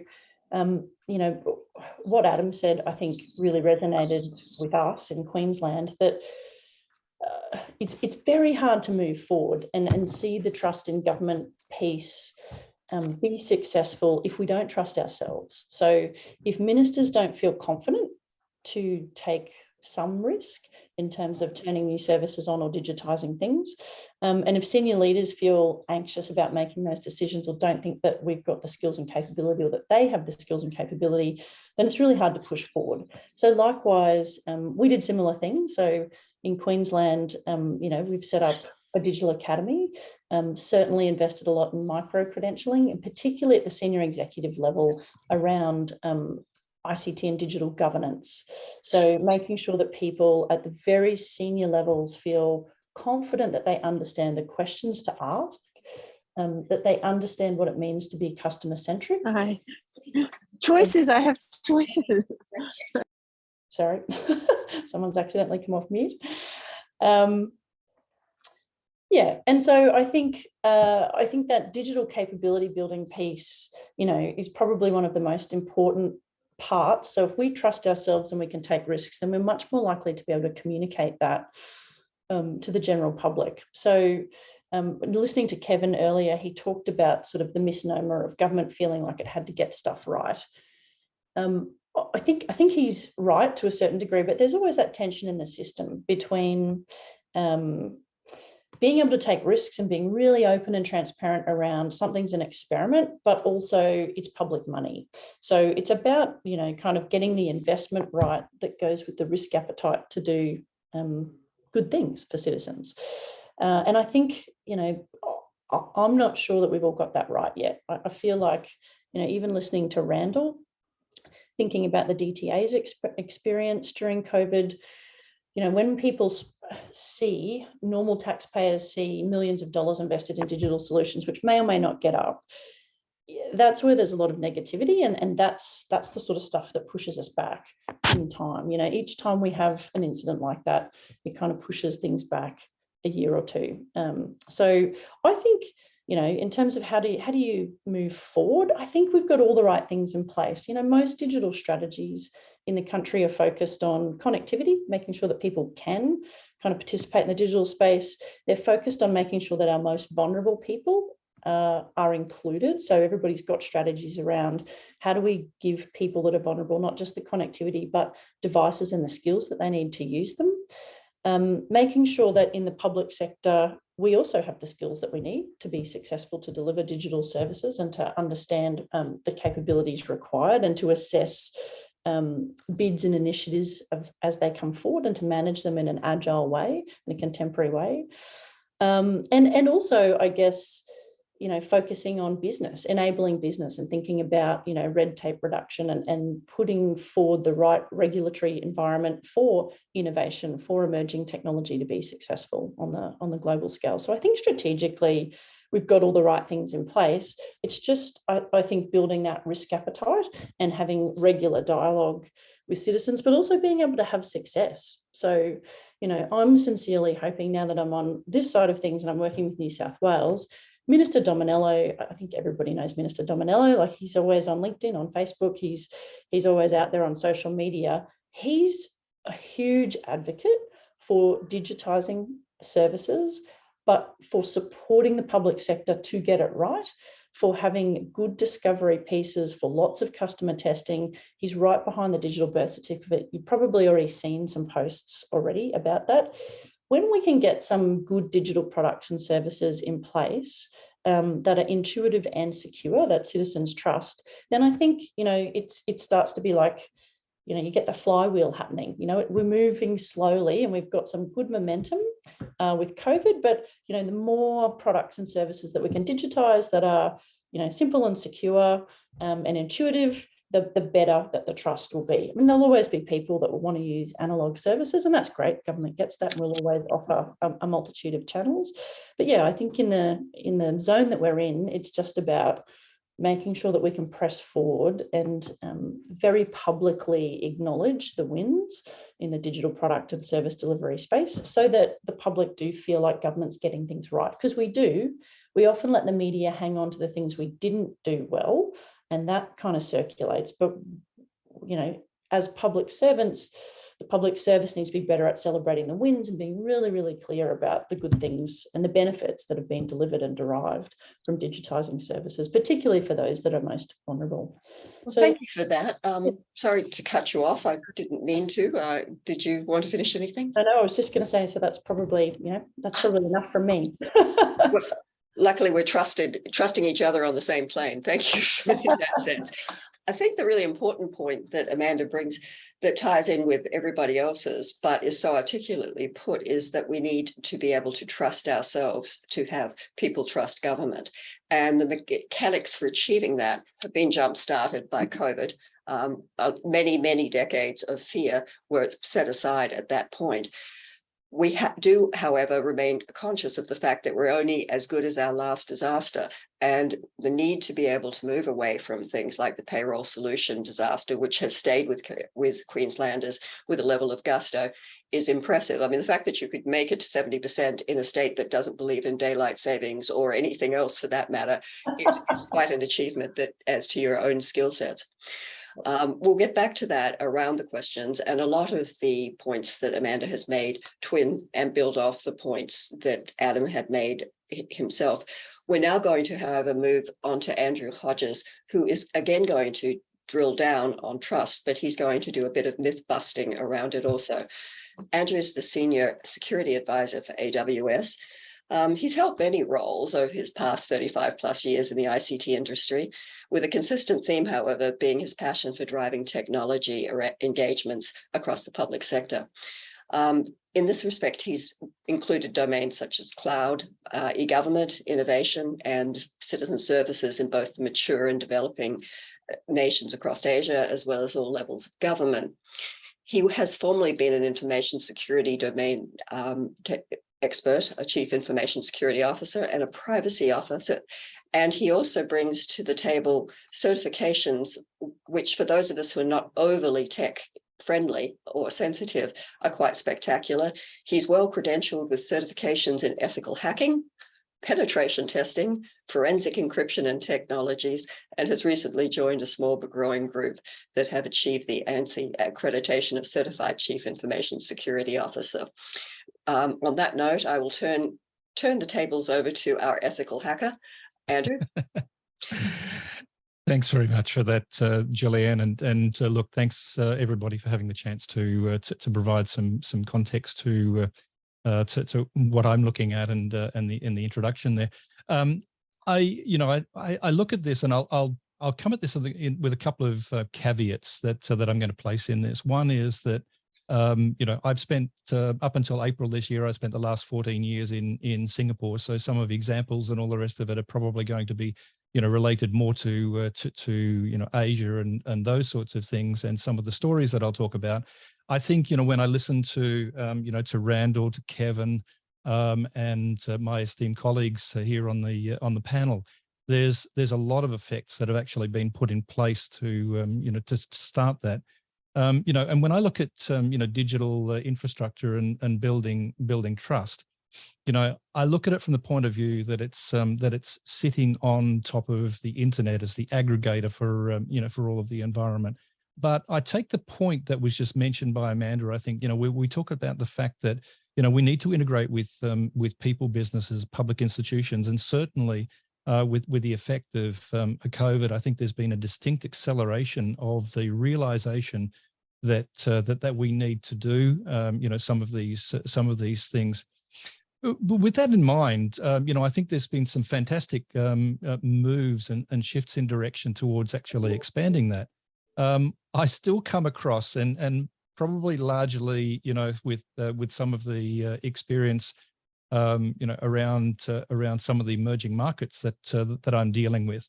I was doing a presentation about middle of last year, if anybody's got 30 minutes and wants to go onto YouTube and have a look for it, which was talking about, I think there was a question in the chat session about healthcare and AI and ML, and I'm very passionate about AI and ML, and the fact that my presentation was healthcare and cybersecurity. It's a YouTube one, like I said, about 30 minutes. But what I do cover in that is I really talk about some of the presentation, what's it, I guess the liaison I've had with with executives. Clearly when my conversations with some of the executives start, it's trying to drive adoption around new technologies. I mean, everybody is really trying to drive the pace, and I think certainly there are opportunities for us to be able to do that. But it's slowed in part. I think in part by our premonitions of how we think it's going to turn out, our risk diversity, and how we're concerned about that, and what we need to do to mitigate some of the risks, certainly in the public sector environment. So my conversations usually start with what I call 3 myths, and then I drive into opportunities. The first one, myth 1 is malware has changed. Now, I talked about the fact that I was an ethical hacker and I'm supposed to be a good guy on all of this. I haven't done any bad stuff as far as I'm aware anyway. The fact is that there are millions of malware attacks occurring, and what I'm getting is a view that the digital infrastructure that we're looking at has changed, and it's changed because of the fact that the technology is really driving change. around that, and there's been a shift in it. Okay, we do see moves in things like ransomware and the like, and potentially hidden Bitcoin mining, because actually the hackers are looking for ways of acquiring different revenue sources for it. Stuff that we need to consider when we're actually implementing infrastructure in place. If we look not long ago, a breach that compromised the data of a few million people would have been big news. Now, breaches that affect hundreds of millions or even billions of people are far too common. And about 3.5 billion people saw their personal data stolen in the top 2 of the 15 biggest breaches in this century alone, for instance. But if we understand why the attacks are occurring, I'm actually seeing some common threads in this. It's fairly common that compromises are done typically by unpatched vulnerabilities, security misconfigurations. We all talk about passwords and what we need to do with those in our organizations. But the big ones actually are social engineering and insider threat. And we see that with COVID, that people are actually moving from an on-premise environment out into, and their workplace suddenly becomes their home, certainly for wider cases. So it's not as though it was intentional threats, but they're actually increasing the risk area. And we also still deal with social engineering attacks that I'm sure many of you are still getting from Nigerian email scams and the like. And of course, in Australia, SMS attacks and phone scams that we've seen a lot of media on of recent times. There have been significantly no changes really in that with what we're looking at.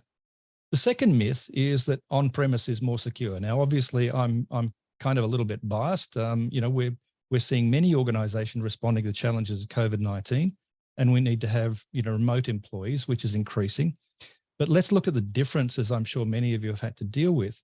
Clearly, my suggestion from a cloud and an ability to be able to leverage infrastructure very quickly is that on-premise, although in Australia we've seen a higher adoption, obviously, than some of the geographies I've been dealing with, there are still perceptions around the architectures. I'm often asked, for instance, about access by police forces, and yes, we conform to legislative and legal requirements to provide data, access to data, but we will advise our customers that their data is subject to legal access. We do recommend customers encrypt their data, but thinking about the infrastructure, what's really interesting about it is when we're building infrastructure which has something, one data center is 50 to 80,000 servers, the dynamics of that infrastructure are changing all the time. So even if they've got access to the data, they won't actually be able to find it. So there's a different way of architecting fundamentally.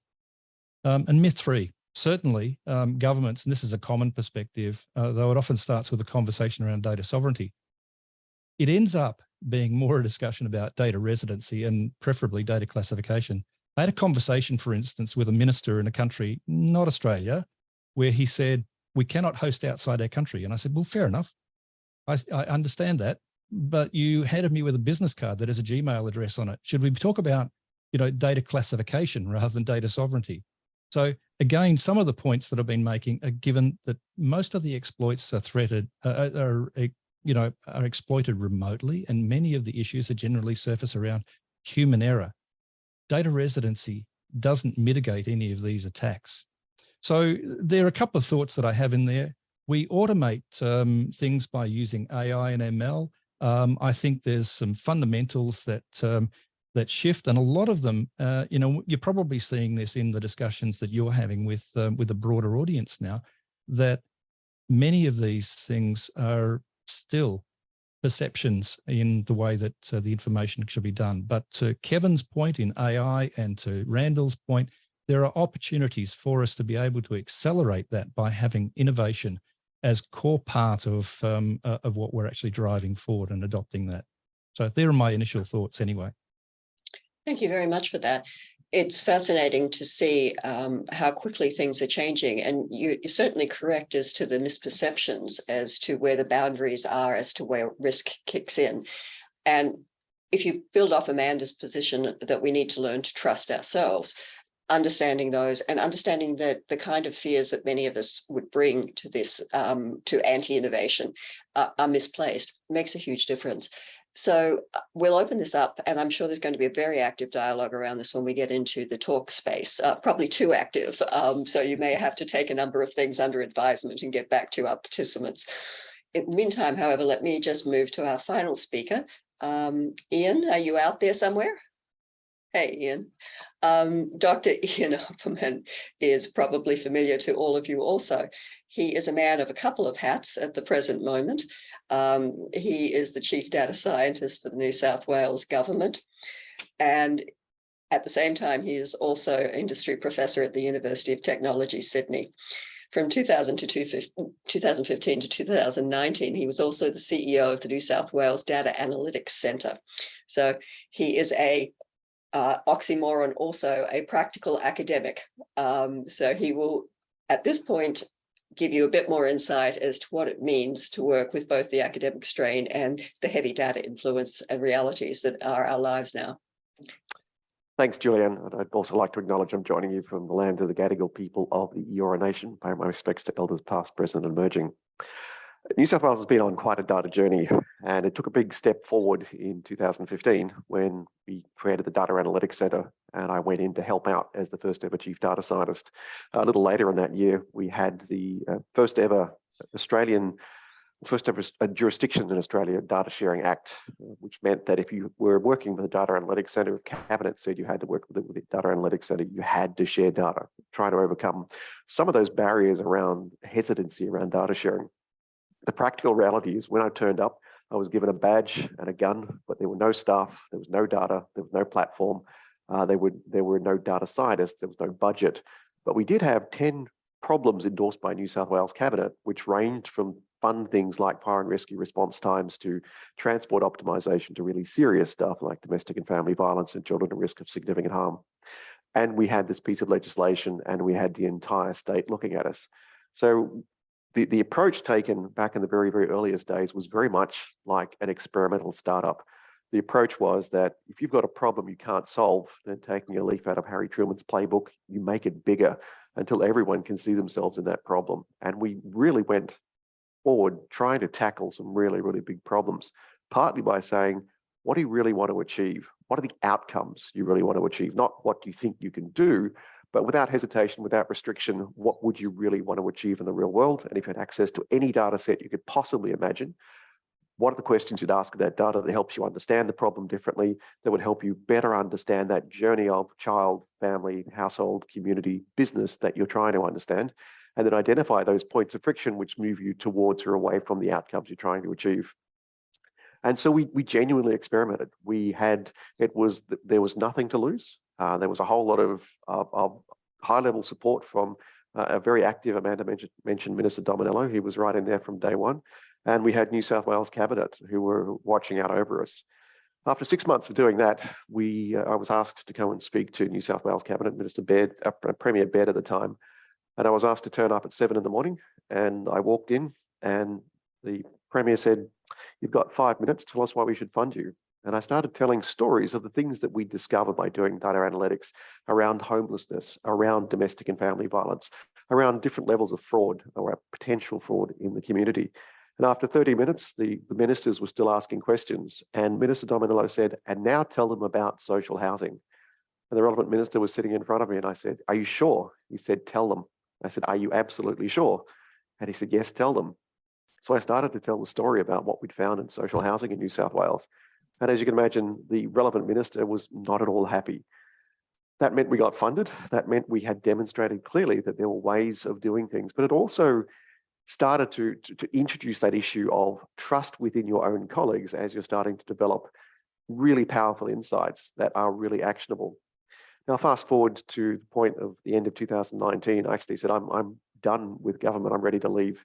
And I want to go and do something else. In fact, I'm going to escape to a university and have a quiet academic life. And that's why I put in my CV that I was CEO until 2019.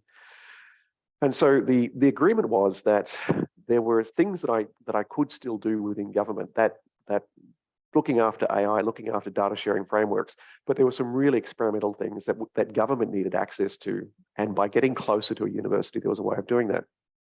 COVID hit of course, in 2020, all bets were off. It was all hands to the pumps. And 4 years of experimentation suddenly became, now people wanted the things that we'd been working on. Until that, it was kind of interesting. It was kind of things that might be useful one day. Suddenly people wanted actionable insights. Suddenly people wanted access to information about what's going on right now. And Adam talked about the use of the Victorian colleagues at the Centre for Data Insights. We were doing very similar sorts of things around use of real-time data, crowdsourced data, bank data, telco data, helping health understand what was going on in the state, helping Treasury understand the impact of lockdowns, helping Department of Industry understand the impact of different sorts of stimulation. And all of a sudden, we won. We won the argument about the value of data. We won the argument about the value of non-traditional data sets. And so during the course of 2020 and 2021, and even 2022, we've taken some really powerful steps forward from that interesting experimentation where sometimes we get big wins in the world of compulsory third-party insurance, in the world of understanding domestic and family violence or children at risk of significant harm, shining a light on some of those really complex, wicked problems. Most of the projects prior to 2019 wound up in the circular filing cabinet because people just were not willing to take that next step, to go beyond Apollo 1 to get to Apollo 2. But from 2020 onwards, we said we're going to learn all the good things we can learn from data sharing and use, from actionable insights, and from sharing credible, reliable insights across government, and what we've learned from doubling down on governance when the pace of analytics changes, the pace of data flow changes, and we move from snapshot in time to real time. In 2020, we released our AI strategy, which said, this is how we're going to use AI. These are the frameworks we're going to put in place. These are the principles, the ethical principles we're going to adhere to. We released also our smart places, smart city strategy, which said we're going to make cities smart, and we're going to use a lot of data to do it. But there are some important aspects about what we'll do. We're going to describe things in terms of outcomes, what we're going to try and achieve. We're going to be a little vulnerable about describing how we get there. We're going to say we don't know all the answers, but we can describe pretty clearly how we're going to get there. We'll also describe pretty clearly what we're not going to do with data, and we released a customer data charter in 2020. In 2021, we released our data strategy, and it may seem a little bit cart before the horse to have an AI strategy and a smart places strategy before the data strategy, but ultimately AI is a use case of data, smart cities, smart places is a use case of data. So we spent a lot of time digging into what we're going to do with data, how we're going to handle it, the things that we will do, the things that we won't do, and decompose data sharing frameworks into repeatable patterns of use. This is everything we need to know before we use data. This is everything that we need to know to assess the quality of the data and the fitness for purpose. And these are the guidance, restrictions, prohibitions we'll put on the data products that we create, whether they're insights or the world of AI, alerts, alarms, decisions, or actions. And then we spent much of last year bringing that to life, mapping between the principles and the bits, mapping between the algorithms and the policy frameworks we're trying to put in place, really bridging that chasm between, we say as people, these are the principles we adhere to, and we'll be very public about that. But then you're dealing with an engineer or a data scientist or a data engineer who's trying to work out whether or not they can mix data set A with data set B, whether they can appropriately apply an algorithm which does something around understanding whether you're identifying a vulnerable individual. And this year, we're working on another really important piece, which is digital identity. And Amanda talked about digital identity. Digital birth certificate is part of it, but there's a larger national framework of trusted identity, which builds on work being done in each of the jurisdictions and will ultimately give you the on-ramp into that digital world. Birth certificate is the most important document you can think of in terms of your identity. And so it's the most important thing to protect, for the individual to control, and for the individual to have informed, knowledgeable consent about how it's used. But it's incredibly powerful to access government services. So over the last couple of years, we've learned some really important things. Trust is the topic of today. Trust comes from a couple of different things. It comes from being trustworthy or demonstrating trustworthiness. We need to show that we are credible, technically credible, that we understand the space, that we're thinking about consequences, that we're thinking through the benefits for individuals, but also we're thinking through what happens when things go wrong, because as was just described by Andrew, there are things that go wrong. So we have spent time being as public as possible about what happened when, for example, Service New South Wales had a substantial data breach. It also comes from having some fundamental framing around the need to build everything with privacy, security, ethics, transparency, and inclusion. Those principles which wrap around those hard skills, those technically demonstrable skills of credibility. The ability to wrap those principles around those hard skills, again, helps us to think about what it takes for us to demonstrate trustworthiness. And ultimately, it means that we have to keep running. We never arrive at a trusted place. We never arrive at a cybersecure place. We never arrive at an environment where it's okay to build out our AI solutions without constant re-examination and reimagination and retesting of those solutions. This year, we've released our AI assurance framework, which is our first and best effort so far to map the principles of our AI strategy, our policy, down to the bits, to map the principles to the bits, to map the policy framework to the algorithms. But we know it's our Model T forward version of an assurance framework. It helps people think their way into the problem, helps to balance the benefits, the mitigating the risks associated with use of AI. But we said we can't fall in love with it. We know now if we press the accelerator, it goes forward. If we turn the steering wheel left, it turns left. But we know that we have to build seatbelts and headlights and windscreen wipers and a whole lot of safety elements into those frameworks so that we can continue to demonstrate trustworthiness and can continue to lean into both the benefits, but be alive to the risks of use of data in digital and in form of AI. So I'm going to pause there. I have a slight cold. My voice is getting a little croaky, so I just will pause at that point. Thanks very much for that. It's a fascinating summary of both the coalface experience as to how it's moved forward and a synthesis of Kevin's point that has been made by all of you, which is that COVID has given us a remarkable opportunity to bond and go back to ground zero, reset, because the public as a whole has been amazed at the lifetime and fast reactions that have been possible. And they recognize that data has been incredibly important in that. Whether we can retain that, though, is going to come down to exactly what you're saying, and that is integrity, transparency, willingness to explain where we're going and why we have limits around what we do. But the other thing that I really like in what you're saying is there's only so long you can say we're working on this and it's innovation and it's difficult without actually attempting to put that framework in place where we can see what absolute rights are going to look like, what principles bona fide engaged on the table, what we are committed to, and that there is long-term planning and anticipation going on around it. Because like the myth-busting context, there has to be a trust that we are, as public servants and planners and regulators, keeping up with what's going on, that we are indeed on top of it, and that we are competent in terms and confident in terms of moving forward. So fascinating combination of all four of those in that speech. Thank you for that. Let me move to a couple of questions. I'll start first with a question. Let's go back to Adam. Adam, are you good out there? Okay. How do we get senior government decision makers, including ministers and senior public servants, to be more digitally literate and to make the most of the real-time data and digital infrastructure they have? I think there's two things. One is persistence. You've got to really stick at it.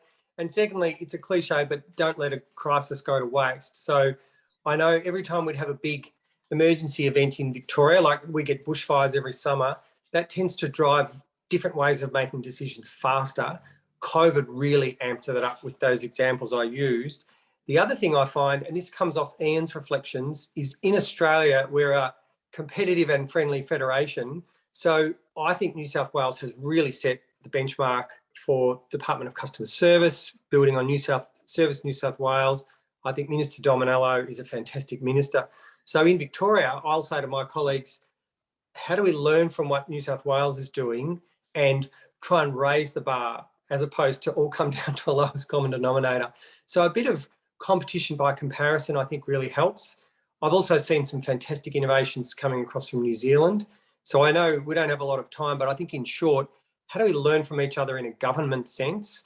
And how do we use those intergovernmental relationships to make things better, rather than as public servants kind of retreat to our corners and say, oh, we like the way we're doing it.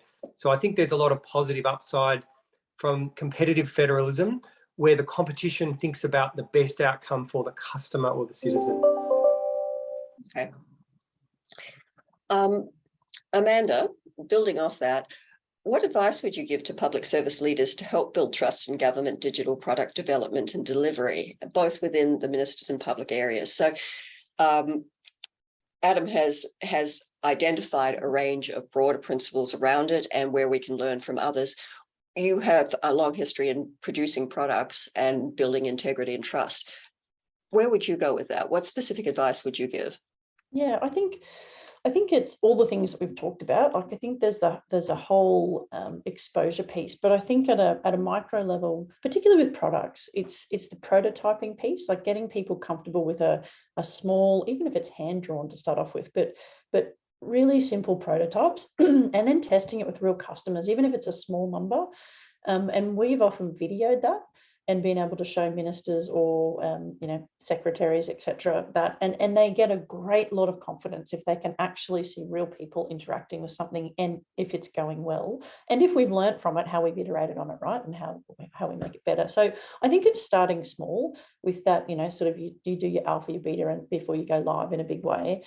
And I think there's a whole education piece on both sides. As I said before, I think we've actually got to get better at celebrating some of the wins. Like, I think we sometimes quietly turn things on, and I'm sure at the federal level, there's all sorts of amazing innovations and digital delivery happening in that Services Australia space that maybe if you're a customer of that service, you have some exposure to, but the rest of the public aren't getting a sense of that, right? If they don't have to go to Medicare, if they don't have to go to, somewhere, something to do with that service delivery realm, they're not seeing in the media any kind of confidence around government being good at digital. So I do think that my advice would be, we have to spruik some of these things. We have to show delighted customers, because those things out in the public domain help ministers feel, they can sort of fluff their feathers and feel good about doing something great. And it also means the public get different messages about the competence and the confidence of government in this space, because there are lots of amazing people doing absolutely brilliant things in the public sector in the digital domain. It's just that, there's only these small segments that get to see it. If you're a customer of social housing, maybe you see a new innovation about, a housing app where you can, log any kind of, maintenance that needs to happen, or if there's any kind of emergency, you can get, someone like a QBuild or, a service out to fix it immediately. Now that's a really good thing, but it's a small segment of the population that see it, right? So the whole population isn't seeing that innovation and responsiveness to what citizens need. So they're probably the key things, I think. Okay. Andrew, I have a question that's come in. It's a bit more lateral. What is your definition of trusted digital infrastructure, and why does this matter?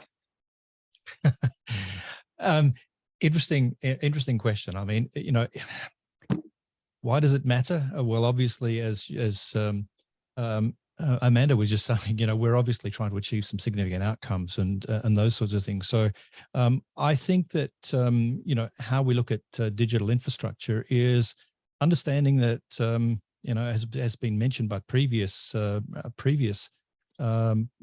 panelists and also the presenters before, that, we need to define what data is and what we're actually trying to protect, so that we can actually build trust that makes sense across that. The other aspect to this is that I also think that we really need to have a culture, and that comes on, I think, also what Amanda was talking about as well, where we have a culture of, innovation. And I think Kevin mentioned it before, when you look at some of the new technologies and those sorts of things, that there is a challenge, obviously, in in how we actually position some of the new technologies and look at it and how we embrace those new technologies. And Joanne, I think, actually put a question in, about the use of AI and ML in healthcare, for instance. If we understand some of those things and we're prepared to take the risks, and this is one of the challenges, then I think we can actually accommodate some of the newer technologies that actually build the trust and actually define some of the outcomes that are actually going to see significant benefits for for the community, if that helps. That'd be my thoughts anyway. There is obviously another question that's come in that I would say is a sub point going to your Mythbuster title, possibly in the opposite direction of trust, but they want to know the answer. Who owns data in these new systems? Is it the government or the users? Is it possible for citizens and users to have ownership of their data, or will government need to retain control? Look, that is a challenging example, and I actually went through some interesting discussions in healthcare in Singapore, for instance, where if you looked at the Health Promotion Board there, as far as they were concerned, citizens own their healthcare data and it belongs to the citizens. Of course, if you look at all the clinicians around the island, the professionals, from a legal perspective, they're all turning around and saying, actually, we own the IP around the use of that data and all the rest of it. So it is not a simple answer to that, to that question. I think there are some challenges that we face in that. But personally, I think we even saw this in New Zealand, where they were bringing in scenarios where the citizens were actually the custodians and the authority for their data, and it was actually stored that way. And I think we've adopted some of those approaches if we understand how we're actually going to define what the data is and how we're actually going to protect that data to some degree. Okay, thank you. Ian, I have a bit of a coda question for you that builds off your comments about how rapidly change is coming apart. The question is, with the pace of change we are seeing in the digital data, the technology space, how can we possibly keep ahead of trust with government use of AI and data? That's a great question. We ran an event last year. Well, actually, it was earlier this year, now that I think about it, Future.NSW, where we imagined New South Wales in 2030, 2040, 2050, and even the 22nd century. And we looked at this through the eyes of a child that was born on the day of the event and would live almost certainly to the 22nd century, and asked the questions about how do we ensure that we're staying abreast of the issues that child will face as they grow to become an adult and then middle age and late age. And ultimately, it does come down to needing to be very clear about what we want to achieve. What are the principles we want to achieve? What are those outcomes we want to achieve? And what do they look like as time horizons move forward? And then increasingly redefine what the indicators of those outcomes actually are, and then recenter our conversations around the space between what we absolutely shouldn't do and the space between what we absolutely should do, and constantly move between the principles and the bits, between the algorithms and the implementations.